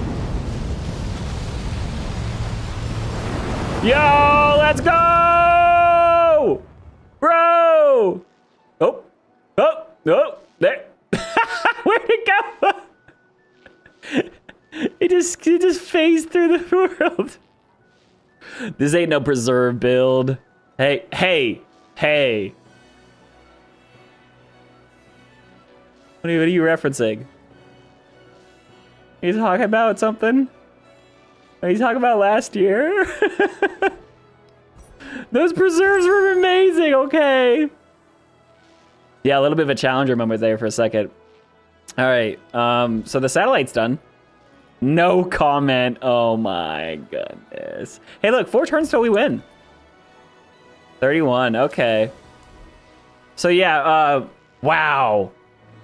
This amazing science game, we totally bottlenecked ourselves so hard on the production end. I mean, this is still an amazing game, but holy cow, what we could have had. What we could have had. Aerodrome time.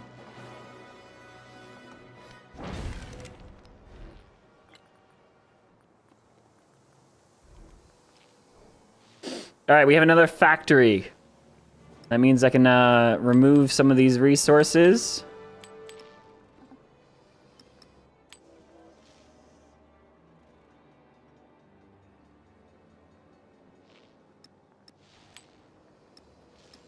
Hang on a second. The capital is doing a project. That's not a building or a wonder, is it? Spaceflight. 185 production.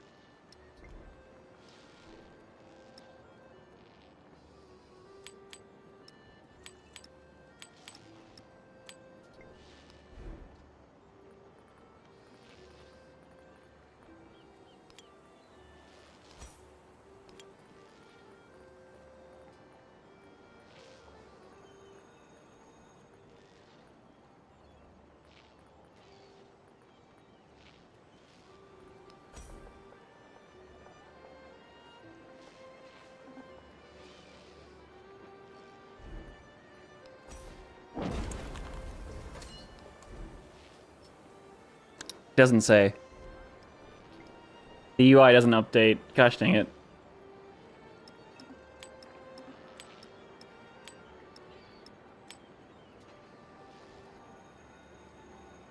You felt so bad when the one policy slot deactivated all your cards. Oh, dude, I was so, you know, but I also, I was actually watching back CivGive from last year. It's actually really funny. It was so funny. Ursa Ryan totally juked me. I was so focused on building anti-air and the nukes that I completely ignored actually building land units to properly defend my my important city, and he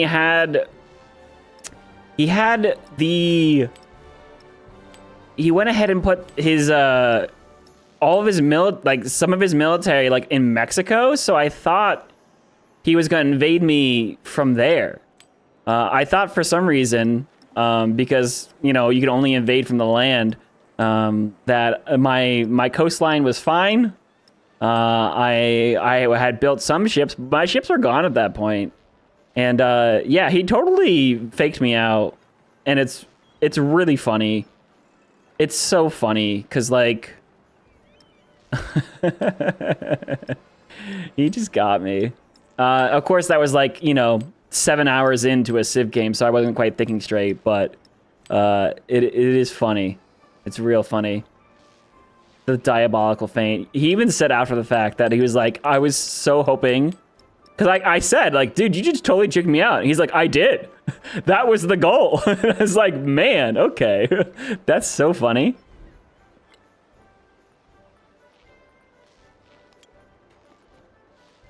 He got me. He got me really good. All right, factory. Gonna plug in the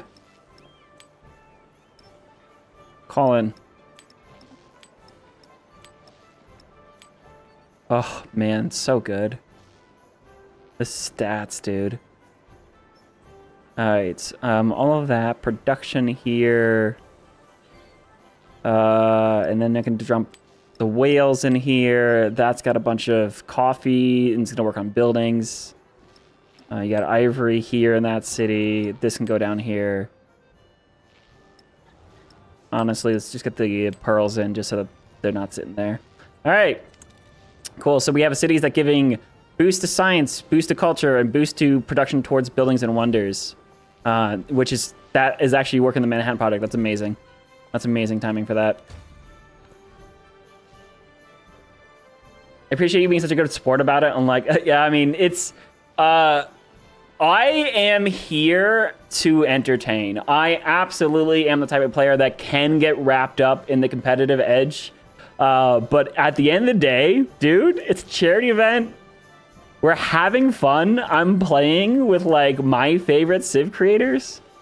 I am a Civ creator, but I am a Civ enjoyer and a viewer as much as everyone else is. So just being part of the game is such a blast. And honestly, when it comes to like getting nuked, it's like you can enjoy it. You can play being the bad guy. You know, I'm a DM for D&D, so like I enjoy, you know, being the guy that plays the bad guy role and then gets taken down and everyone feels great about it. Like somehow Ursa Ryan, who was at war with everyone throughout all of CivGive, he declared war on PB, he declared war on Zondeskind, he declared war, he feinted war with Van Bradley, he instigated, you know, for Sassy to go attack people, and somehow I was the bad guy. And the entire world ganged up on me. And the entire world went to war with me. Van Bradley went to war with me with one boat. Carl went to war with me with a scout. And he stole a settler. And was pillaging my preserves up in my northern in front. Like, somehow. But no, I was very happy. I was very happy with... I was happy because I got to show off how strong Golden Gate Bridge was. And that's all I wanted to do. That was my goal. My goal wasn't to win. My goal was to get very close to winning. And you know, everyone was ready. Like we gotta nuke the preserve. You know, like you gotta really lean in when there's like a crowd cheering to see your preserves get nuked. You gotta lean into it. You know, and I try to stop it. Anti-air is not good in Civ 6. Accomplished the goal, yeah. And then, obviously in the long term, it went well. Ursa Ryan felt so bad, and I'm like, no, dude, like this is how the game is played. This is amazing. I love it. I've lost enough games of Civ. I've not been a good loser every time. But because of those, I kind of learned how to become a good loser. So. You gotta learn. And obviously I'm not trying to talk down about anyone either, so but I'm still happy with how CivGive turned out. What I'm worried about this year is I had the edge on Ursa Ryan last year because I knew everything there was to know about Civ 6. Ursa Ryan had a crazy amount of hours, but he didn't have the multiplayer experience like I did. Civ 7, I don't know this game. I don't know this game. Ursa Ryan is doing regular multiplayer now, and Ursa Ryan has been playing this game ever since launch forever. Like there is apps like Ursa Ryan has every edge back in his ring this year. And honestly, I'm terrified. So, I don't know, man. I don't know how this year's gonna go. But you can be sure of a few things. You know, Sassy's gonna try to go to war immediately. You know, You know, Zozo is gonna cause some instigations. You know that, you know, I'm gonna try to lean into some yields, you know, have some fun.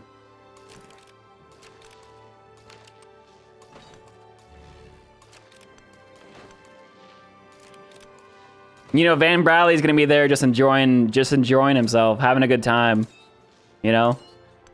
I'm excited for it. Oh, I really should keep my commanders here for the production. Oh. Wait, wasn't I building something? Oh, shoot. Yeah, I was. Yikes. All right, let's start upgrading units, I think. Oh my god, we're getting culture for upgrading our horses because of our wonders I forgot about. Amazing. As a viewer, you love that it was close? Absolutely. Absolutely. That's the biggest problem with Civ is that it's usually not close. Destroyer of worlds. Excuse me. Now I become death, the destroyer of worlds.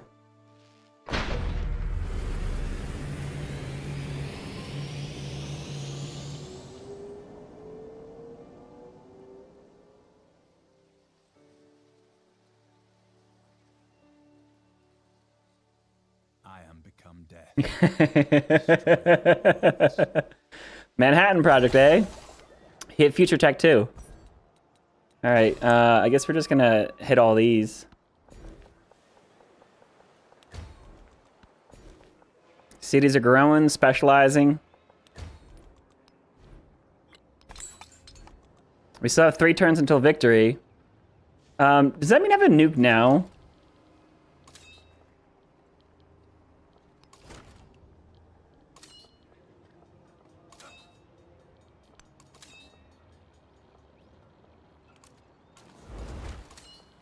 I really should keep these guys back here. Ooh, economic attribute? Town resource capacity. My towns are fine. Actually, just get the gold buy. And let's get the culture boost so I can finish out my communism run. Towns gain science equal to your attribute. And -5 culture in cities. Ooh. Towns equal food equal to your expansionist attribute.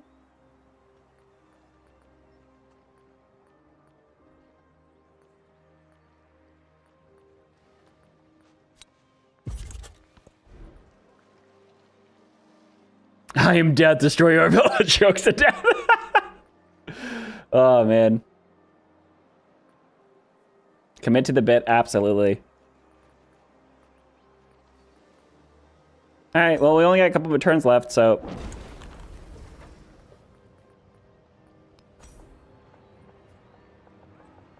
Too bad I don't have the autosave.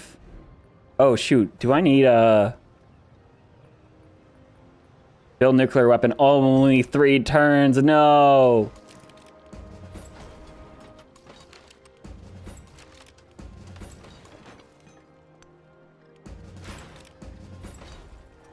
Oh, and you can be sure.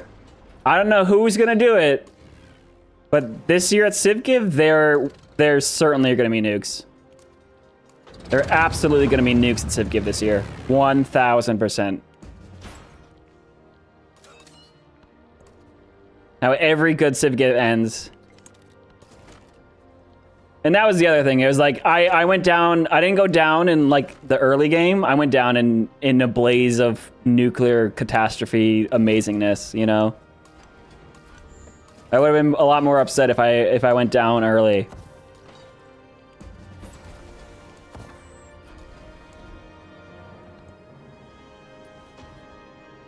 I have a Civ 7 trivia question and then end the age on. What's the question, Face?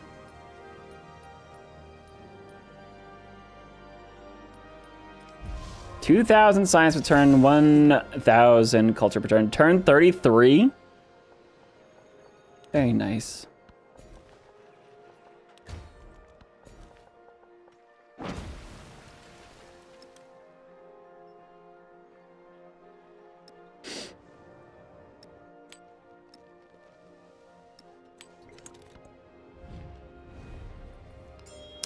8 is gonna denounce me too? Oh, you guys don't want this. You really don't want this.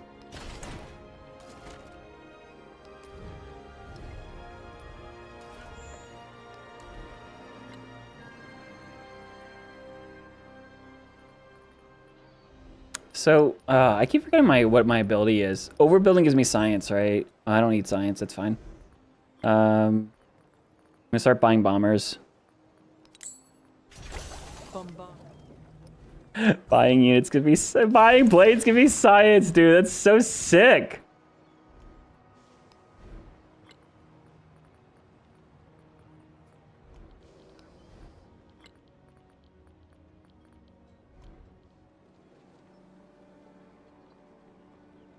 I wonder what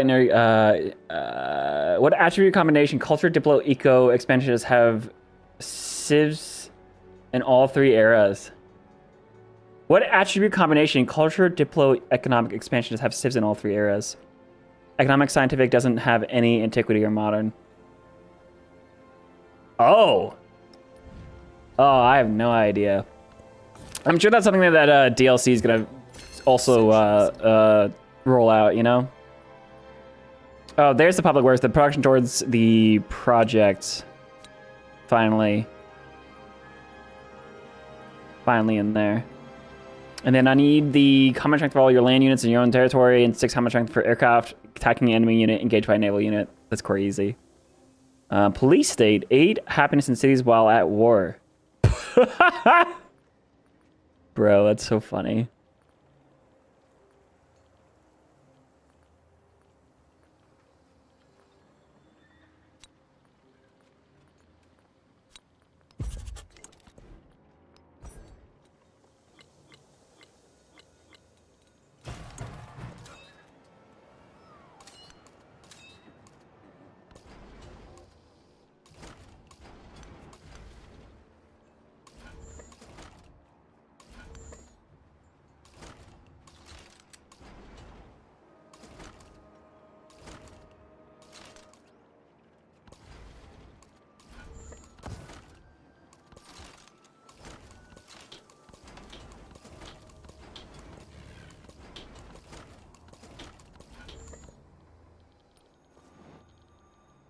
Yeah, I have no idea how to answer that.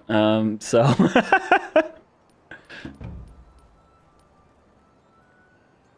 Oh, we can see the whole world, by the way. I just realized.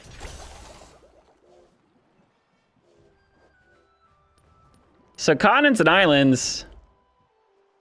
Feeling pretty random. I like it.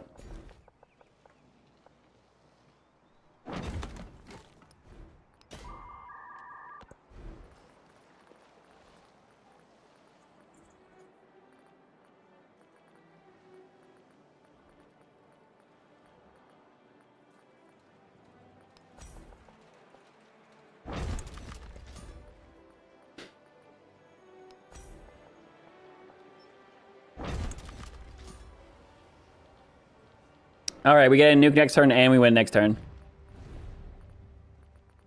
Declare war on Harriet Tubman. War support 6 for them. Oh my goodness. Oh my god, I hate Harriet Tubman. Police state has interesting implications. All right, we'll pay down some of this influence, so she's only +3. I'll keep my stats up.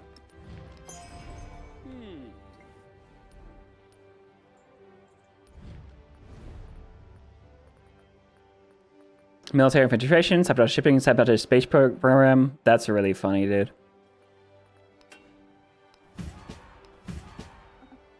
All right, we only got her to... Oh, wow, we just paid 5. So she's only -1 on me now. But we also just have so much niter. We have armor. Holy cow, that's a lot, actually.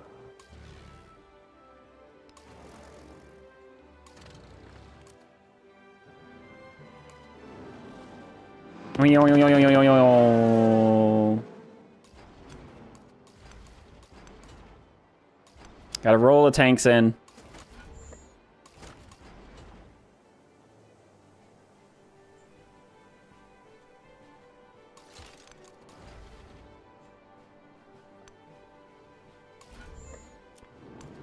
Oh, artillery had 3 range. Dude, that's so sick.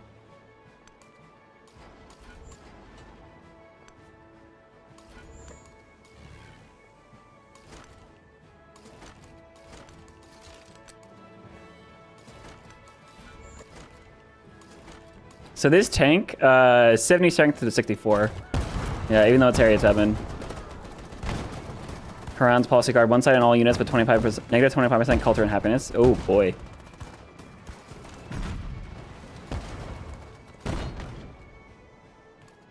And then just leaving the commanders at home is really funny to me. Can you purchase out the rest of the... No, of course not. I just wanted to nuke this turn, you know?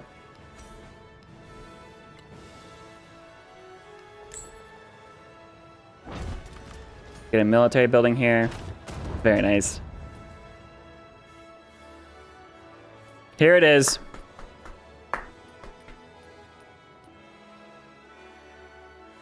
Turn 34. Space victory. Online speed. I mean, that means like turn 70 basically. So super bottlenecked. Like we were done with our tech a long time ago. Its production got us really bad. But yeah, so science victory, you definitely want to have as few cities as possible in modern era. Culture victory, you're going to want to have so many artifacts and museums. You can get away with urban towns, though. So you might be fine. Let me see. All right, also Railroad Tycoon, ideology. Railroad Tycoon probably wants a lot of cities because you're going to need a lot of resource capacity. Factory towns are a big deal, though, for you. Ideology. Or you don't want a lot of cities there either, do you?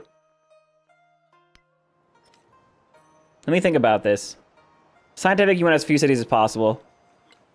Economic, you're going to want a lot of... So you just need to have a lot of factories. And factories can be bought in towns. And I'm guessing rail stations can too. Port networks. So I guess that you're not slowed down by... Huh. Military is war. Number of cities you have is irrelevant.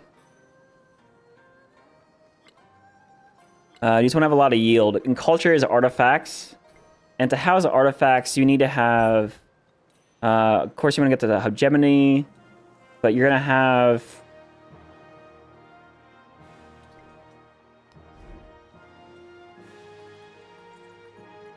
Yeah, you can buy museums in urban town. Yeah. But you won't have less cities again. Do you just always want to have 3 or fewer cities? Gold is yield for all victories. Yeah, and then also, especially Railroad Tycoon, of course.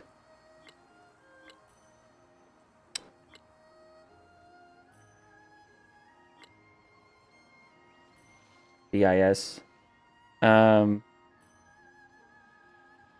Oh, do you mean like gold is the bottleneck for all your victory conditions? Gold in production?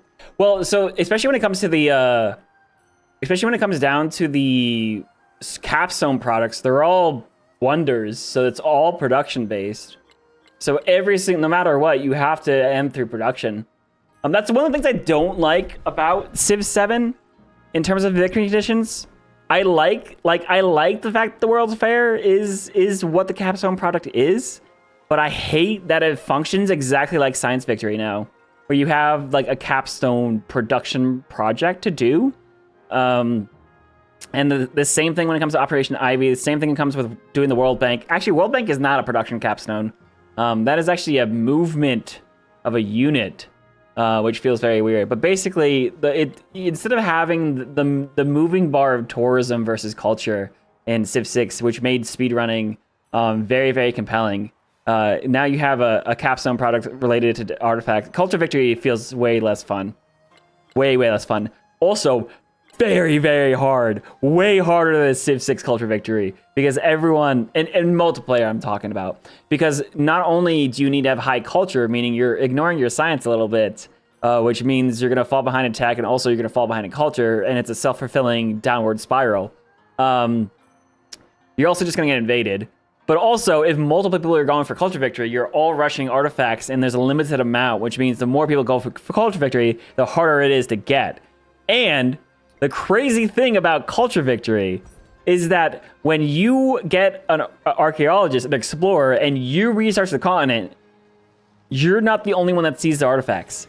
You researching a continent's artifacts reveals continent artifacts to everyone, which is certainly a bug.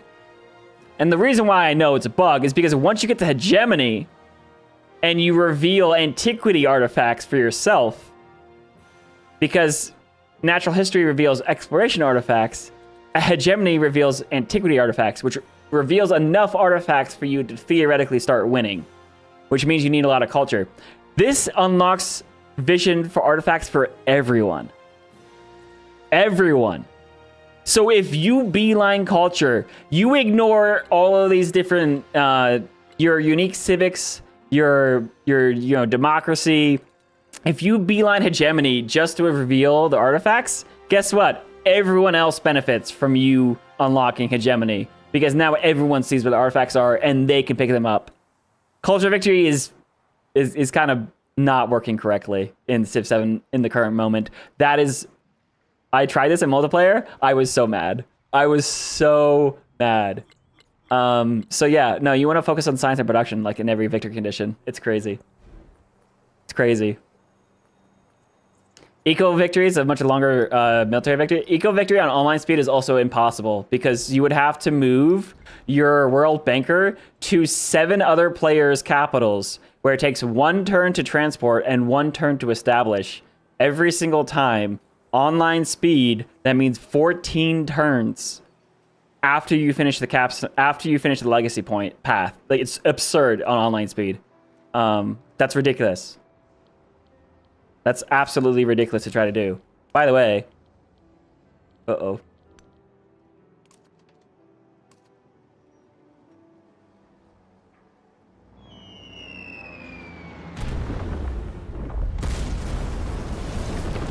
Oh, baby! Let's go! White and Magi, indeed. Yeah, no, I was actually very mad. I was actually incredibly mad. It was really funny. But also, if you focus science, you could also get the nukes. And then you can actually, dominate like you always do in any Civ game. I feel like science victory is just uncontended. Economic victory and online speed is a non-starter because of how hard the world bank is. Culture victory in the current state is a non-starter because of what I just mentioned. Like, you unlock vision of all the artifacts for everyone else, and then you don't have the culture return to get your culture high enough to do the things you need to do because all the civics are the culture buildings are in the tech tree. So that means culture victory is out, economic victory out, military victory in a charity game, sure, but you're playing against actual players, so either you're going to be a bully or you have to wait till the last second, and I don't know, it's going to be tough. And then there's science victory. What do you think you're supposed to do to science? I mean, the thing about going science victory, you can also unlock nukes and then go to war and bully people. So I feel like there's only one answer for you to do in terms of multiplayer in Civ 7, which is sad because that's what it was in Civ 6. Is you had to focus science because if you fell behind in science, you got steamrolled every single time by your neighbor who had 1 more tech than you every single time. So it's interesting. It's also just boring. There's no strategy to moving the merchant around and just clicking a button simulator. Yeah, I feel like the victory conditions. That is something they're currently working on, though, is legacy paths. And I'm assuming victory conditions is part of that as well. Firaxis is currently, that is the feedback that they've been listening to the most. There's going to be a lot less updates through the winter. But beginning 2026, there's going to be like a really big overhaul in Civ. Especially when it comes to legacy paths. I think the clearest thing you could do for legacy paths, which sounds very like a lot at first, but have branching legacy paths. Like right now, everyone tries to do all 4 of these at a time when the game was designed in a way where they thought you were going to pick one and focus on one and just do one. But everyone decided, oh, wait, you can do all of them. I'm going to do all of them. Well, so we already know that the players try to do more than they can, the developers thought they could chew, and they try to do everything. So at that point, I think you just go ahead and you make it so that, and the problem is that you kind of do the same exact thing every single game, right? You always try to go for 7 wonders. You always go for the codices. You always go for your settlements to get the resources, which means the games feel very repetitive. Now, Abbreviated Ages helps out a lot because you have to pick and choose and prioritize, right? That's why I like it. But I think if you made it so that each of the paths had one of 3 different things you could do, where in, like for Culture Victory, you could either build the 7 wonders of the ancient world, or you could get enough great works of writing they could introduce right into Civ 7, or you could have X amount of tiles in your empire for, like, you know, your cultural expansion, or that one's probably more military focused actually. But like having 3 different paths, so that either you're playing the game where you're trying to generalize and you're going to do one path in each, but you're going to pick a different path depending on each of your different games, so the games feel different, or you could focus on all 3 of the cultural legacy paths and really hone in on culture to the detriment of the other legacy paths. I think that's one thing you could do. That's one thing you could do. Got to make forks of the road more meaningful, not going back. Yeah, so like, and also it could be in Civ does a lot. They do this a lot, right? Where they make the decisions. They don't try not to upfront you with too many decisions, right? Like, so on your first turn of Civ in Antiquity, all you have to do is decide where to settle. The next turn, you decide, hey, where's my population going? The next turn, you're going to decide what's my technology. The next turn, you're going to decide culture. You know, they're not throwing all the decisions at you at the same time, right? And there's only 1 or 2 paths early, and then it gets more complicated as you go. That's why when you jump into turn 1 of exploration or turn 1 of modern, you have a million decisions that you get so paralyzed because you're like, oh, I have too many decisions to do. You can make it so that the culture tree is branching. Like the first capstone is always build a wonder. Like the first milestone is like build 1 wonder. Then after that, you can decide, all right, build 2 more wonders, or obtain 2 great works of writing. Or, I'm trying to think about culture things you could be doing. Wonders, great works. Oh, I'm blanking. But in terms of science, you could think about like, hey, you know, right now it's codices, so it's about tech masteries, but you could also, like, you know, maybe build X amount of libraries, or the codices, or I don't know, hit a specific technology that is out of the way on the tech tree. Like there's various things you could do. Economic, you could go ahead, you could number of resources, or gold per turn, or you know, be able to buy like a specific luxury item that no one else has, right? You know, maybe there's a specific, I don't know, you could buy something.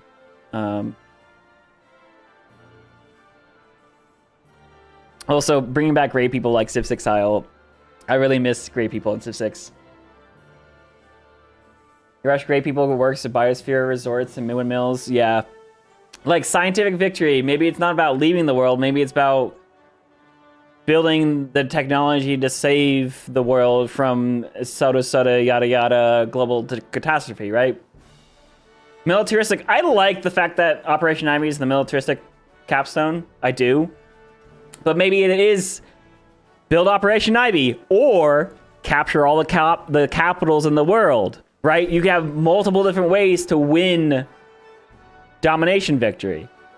Economic could be the World Bank, or it could be a Monopoly game mode focus type of thing where you control 100% of the supply of X number of resources, right? You can implement monopolies and corporations more directly. Like obviously, monopolies and corporations was a big stepping stone for economic victory in Civ 7. But you could like economic. You could have World Bank. You could have a gold per turn. You could have monopoly on a specific resource. Yeah, culture could be artifacts, or it could be tourism X. You know, hit a certain amount of tourism that exceeds everyone's culture victory or culture output. Like you could have these branching legacy paths, and there's a way to make it work inside of Civ 7 how it currently is that will add complexity and depth.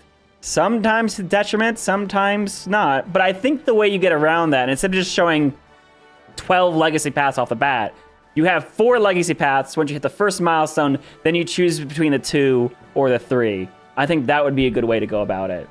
And pose 100% tariffs on civs. Yeah, I mean, the economic power is what they're going for there. You really like great people being civ specific. Interesting. Okay. I mean, yeah, if you're trying to go historical roleplay, for sure. I honestly just never find time to build them. That's kind of my biggest issue. How fast are we going for fast science? Not as fast as I had hoped, but it was a very strong start, and I learned what I was doing wrong. We were playing on online speed, abbreviated ages, on Regroup, and this is honestly like my second science victory. We had incredible stats, focusing on ageless yields by focusing on, you know, prioritizing, specializing our ageless tiles, specific wonders, using the adjacency to your palace with all your quarters, unique improvements that transition the age, right? So we have these minor embassies. I wanted monasteries, of course, and specifically like front-loading all your specialists on those districts, and having things set up well for the next era. We actually went from on the last turn of exploration, I had let me see. I had 880 science, and the first turn of modern, instead of my science going down, it went up. I had 925 science. Benjamin Franklin, his science from warehouse buildings per age is a big part of that as well. We ended up winning turn 35 science victory, despite the fact that we were one turning techs, 1, 2, 3, 4, 5, like one turning every single tech. We got Oxford for 2 free techs. We were one turning techs all the way up until the point till after flight. Then it took 2 or 3 turns for a couple of these, but we had so much science. But the problem is I had too many cities. I had 5 cities this playthrough. 1, 2, 3, 4, 5, and each city adds 10% production onto the production scaling of your buildings. So my cities that have been working and building every era and have a lot of buildings, the buildings that they were trying to build were so expensive that I got very bottlenecked in production, and I couldn't build the things fast enough to keep up with my science output. So instead of finishing, 14 techs, I don't remember how many turns basically we got really slowed down on the production front. Turn 35 is very good. Turn 30 for modern era is just straight up good on abbreviated ages. Like that is, if you're looking at antiquity ending age like turn 63 to 65, exploration ends around turn 50, modern era ends around turn 35 on abbreviated ages again. That is very, very good. It is not the, sub 20 that some people have some pretty crazy setups for that usually require you to play on long ages and kind of like really not game the game, but like it's a very different format. So this is very good, but it could have been way better. This could have been sub 30 if I had 1 city easily. You got 9 turns science victory in modern, but you spent a long time exploration building. Yeah. So this is why, and that is amazing, by the way. Jamal, like that is amazing. What I'm really interesting, because obviously as a YouTuber, saying I won Science Victory in 9 turns is amazing clickbait, but it completely leaves out like how many turns was exploration, how many turns was modern, and I think it's great. But I'm really interested in seeing people talk about their speed runs in terms of total number of turns through all 3 ages, as opposed to just the modern age, which kind of leaves out a lot of. And obviously, every single player is playing with different game settings and formats, and you know, continuity versus regroup is a big deal as well. And obviously, not saying that one way is the right way to play. It's very hard to compare. It's very hard to compare, which is good and bad, which is funny. Someone did 161, the current record across all ages. So I've been hearing about this. I need to see where this record stuff is. I heard there was something about. Oh, this is the Campbell's conversation we had. Where do I look at this? Civ Fanatics has it? Send me a link? Yeah, please. Because this is where I was looking at.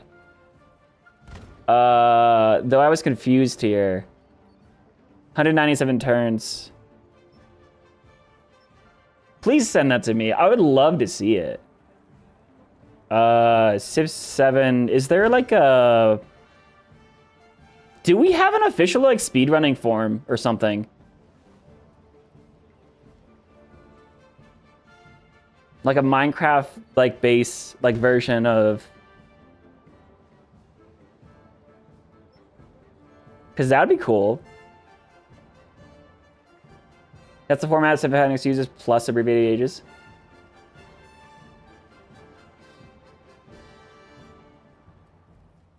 Yeah, send it to me, please. Cause yeah, no, I'm really excited. I think, oh, dude, I really want to play this back and do the exact same setup, but without making the cities. The problem is my save file. I had already made the cities.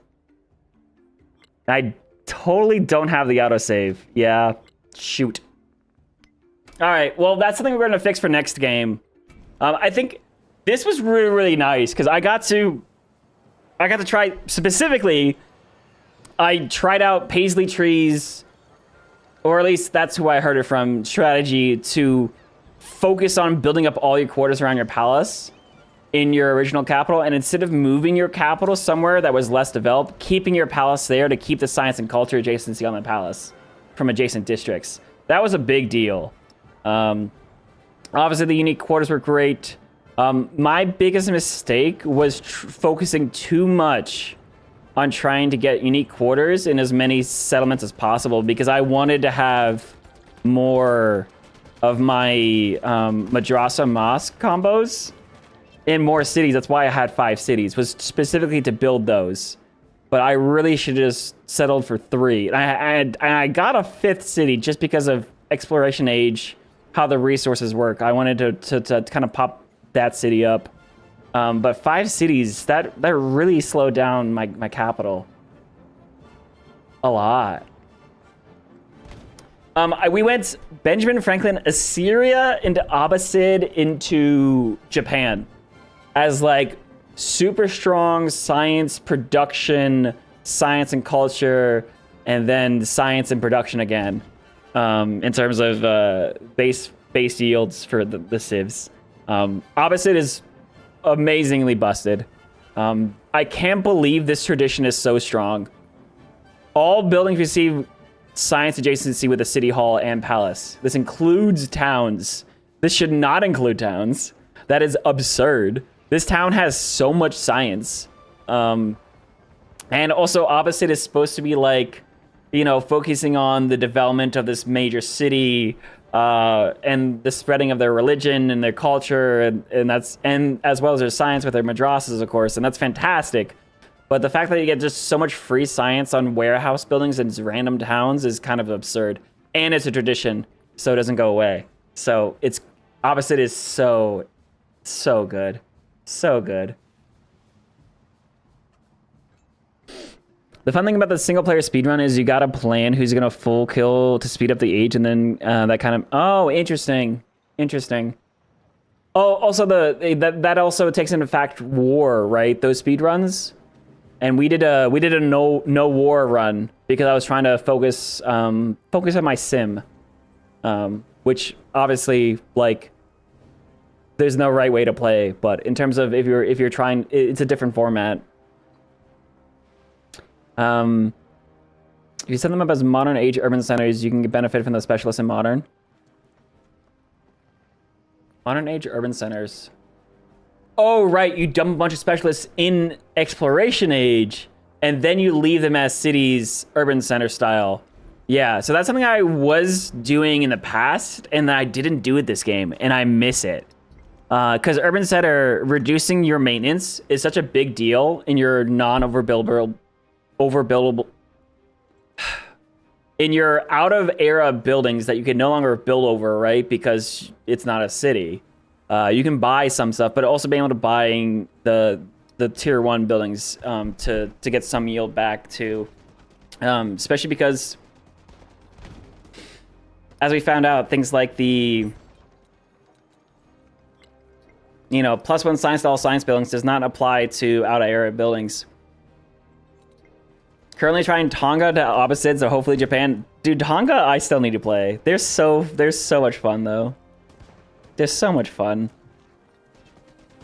So, yeah, that's really cool. I really enjoyed this game. I really like what they've done with maps now. Geneva? Nice. Geneva being diplomatic city-state, that makes a lot of sense. As opposed to science. Vienna being culture, that's so cool. There's the Hawilts. I think I need to try out an Axum, like a really strong Axum game. I really like the Benjamin Franklin Assyria start because you had such a synergy with a production boost to production buildings as well as science on those, and you had a citadel that you got to build faster, gave you science, and is a defensive tile, and you're Assyria, so no one wants to mess with you. I really like the defensive nature of that, as well as it's just a good combo. Benjamin Franklin Assyria is so good. But and then opposites, their yields are just amazing and basically ageless.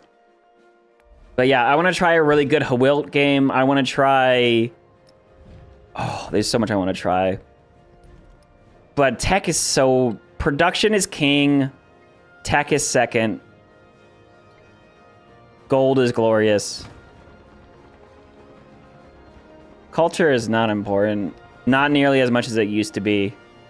I mean, it's good. It's good. There's power spikes. Don't get me wrong. Traditions... All this stuff is really good. But you can pick and choose culture a lot more than you can on science. Oh, and then there's mementos too. That's something I want to try. I want to try some crazy memento combos. No Australian city-states? What the hell? They're probably going to add on Australia and Civ. Sooner rather than later. Though I guess it is, I do like that they're focused on Tonga, Hawaii, like the Polynesians specifically first. But I guess going, yeah, I don't know. I would love to see an Australian modern era Civ. Iceland. Wait, Iceland is exploration age. Did you guys see that? I thought Iceland was being modern. Icelandic. Exploration age. Yeah, because they're based off of Vikings. Receive a set amount of culture when you discover a natural wonder in distant lands, and a smaller set amount of culture for every number of tiles explored. Missionaries cost a set percentage more. Wait. Iceland Isabella is gonna pop off.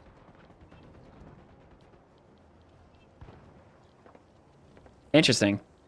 Anyways, so guys, I think we gotta wrap up here. But again, we are raising funds for Gamers Outreach. If you guys if you're feeling giving, CivGive is gonna be on December 14th this year. this year.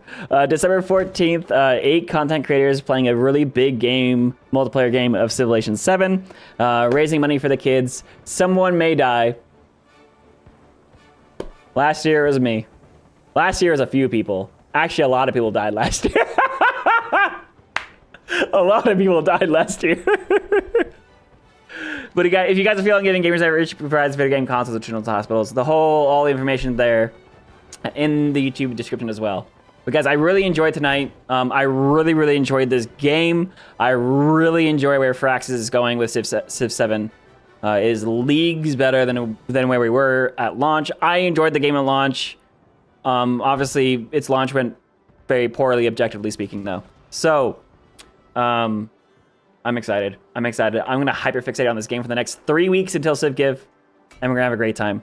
So, in the meantime, I'm going to see if anyone else is online to keep you guys going. I'm going to see if anyone's streaming some Civ.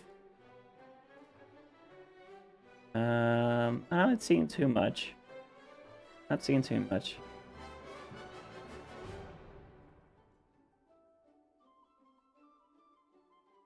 Yeah, I don't really see any Civilization online right now. So, anyways, guys, I'll catch you all later. If you are on Twitch, go ahead and subscribe to the YouTube channel. There's gonna be actual edited videos coming out here soon. I'm finally clearing up some of my to-do list, and obviously, I want to get some videos up before CivGive as well. So, and if you're watching over on YouTube, make sure you go ahead and join the Twitch channel. The link is in the description as well. And after that, join the Discord for updates for CivGive, because there's going to be a bunch of updates happening.